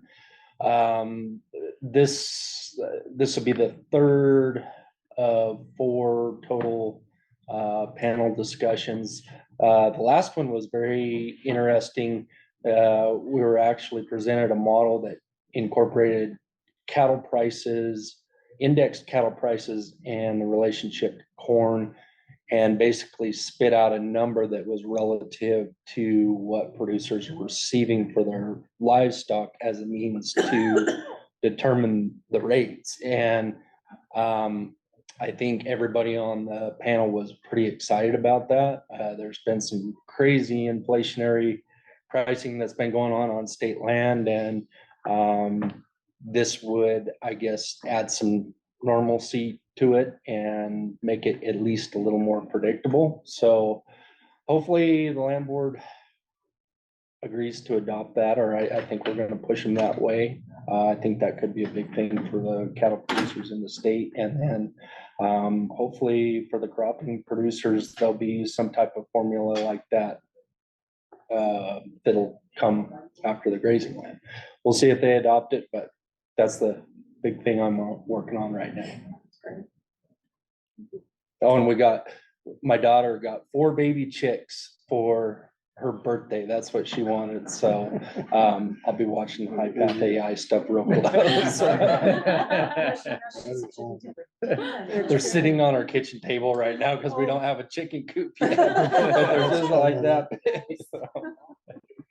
Great, thank you.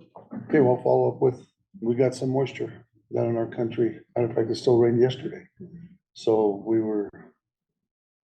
we start water April 1st, a week from Monday, and they were trying to see possibly if we needed it earlier. And this last rainstorm figured out that we don't. So the red winter wheat got a drink, and the alfalfa and we're working ground. And we'll be planting oat hay first of the month and then corn through April. So that ought to go well now that there's moisture on the ground. Bow and arrow, was able to do an interview with 5280, which is nice. It's always nice to have that marketing tool to get out of our part of the country. Michael did one for Furrow Magazine, Michael Vincenti, so he did a good job there. Eric White's gonna be attending at Southwest Water on a panel. So I'm looking forward for him to be able to present at that venue. And the cattle, we're about done calving. We'll start branding next week. And that went well. The weather was very good for us this year. So I think it was a good calving season. So we'll be done here in the next week and then brand and hold them over for a couple months. They're off the hay. And we got to worry about water and where they're going to be for another couple months, other than on the wheat and the hay. So, and I wanted to let Bethany know, and she's not here, but I'll let her know. I'll be back in Denver next month at DU for a water law review symposium pertaining to efficiency and conservation on agricultural innovation.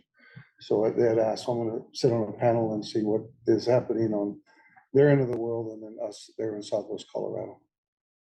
And we purchased some balancer bulls. They're not cheap, like everything else. And we're in the process of getting our 32 and 1152.0 for our corn starter, and it's all gone up.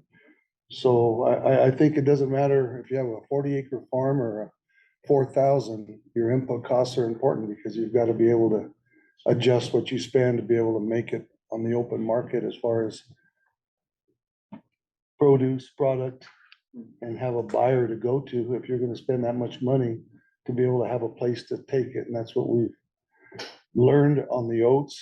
And what we're learning on the oats is you don't have to go back in and disturb the ground. You can go right from oats to another crop, saves on fuel, saves on any kind of tillage practices. So we're learning how to do more with less, in other words, and save on fuel. Fuel prices aren't gonna go down. I don't know if they will coming up, but we're still trying to utilize chicken compost where we can and put it back into the ground, and helps out the chicken producers and helps us out. So His chickens. there you go forward. We can start. We'll link up. We will. With a coffee cup. We have learned that, okay, well, we use a ton and a half on new ground and a ton on established. So we We're not can gonna get be able to started. cover that.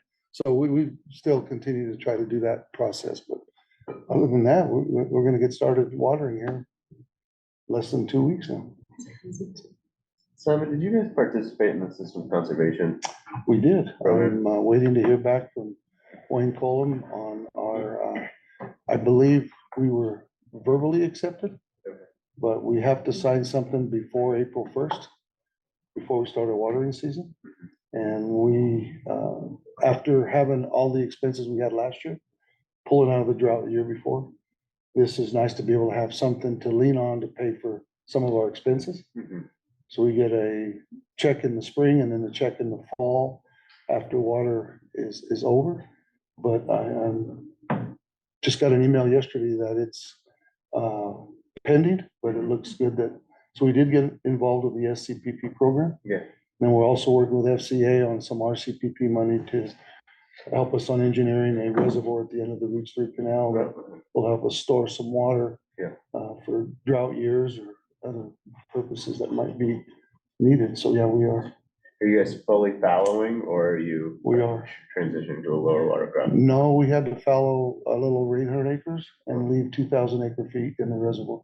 Oh, wow. This year. So we'll be able to do some things in the fall that we weren't going to now. So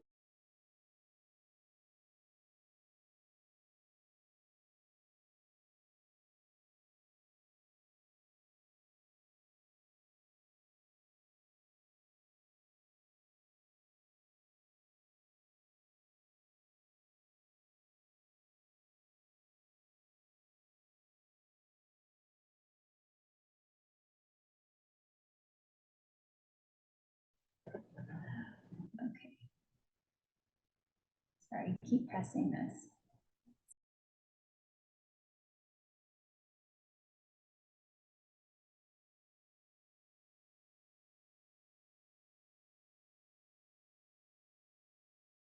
Yeah. Time. Yeah. Sorry, I move. I don't make a motion. I move. We good.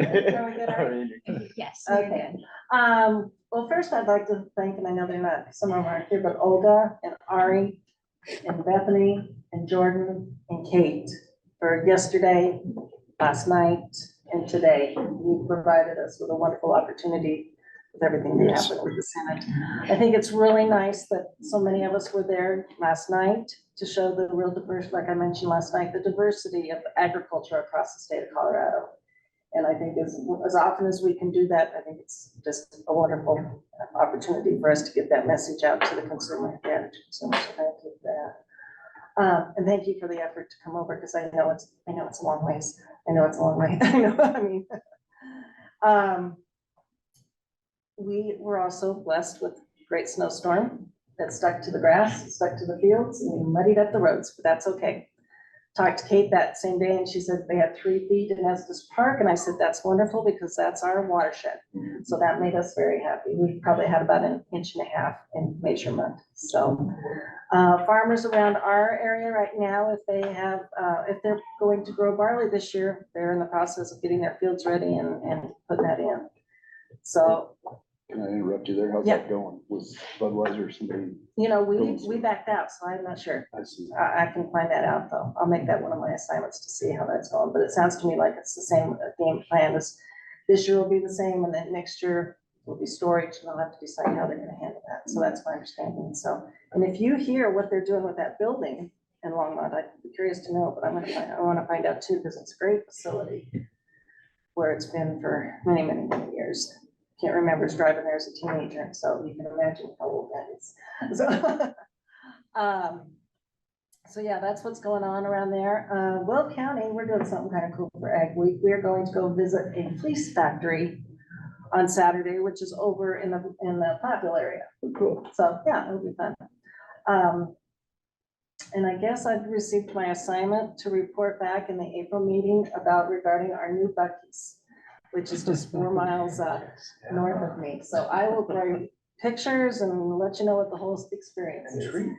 And what? Yeah. Well, I'll make sure that it's treats I can bring in the main. It might have sold out. 'Cause Yeah. stuff you see on social media, there's people standing outside. I know. and I'm not going there tomorrow, but I will go there before April 17th and report back to you about the phenomena of Buc-ee's. So that's about all I really have to. Oh, and I did attend the Ag Forum, attended some pretty good sessions. I attended one with the Colorado Parks and Wildlife, and that was an interesting one, talking about the wolves. And then, of course, celebrating that evening with 3 gentlemen. It was a nice event. Okay. Anything else for the good of the order? Then I will remind you that the next meeting is virtual. It's April 17th. 12:30 to 3. And no presents are needed, but that's my birthday, so don't forget. I'll wear a party hat. How's that? Buc-ee's gift certificate. Yeah, there we go. There you go. And I will entertain a motion to adjourn today's meeting. Madam Chair, I so move to adjourn today's meeting. Thank you, David. Do I have a second? Thank you, Harrison, for the second. Any discussion? All those in favor, please say aye. Aye. Opposed? Motion carries. Thank you very much. Meeting is you very adjourned. And look at that. 3:20.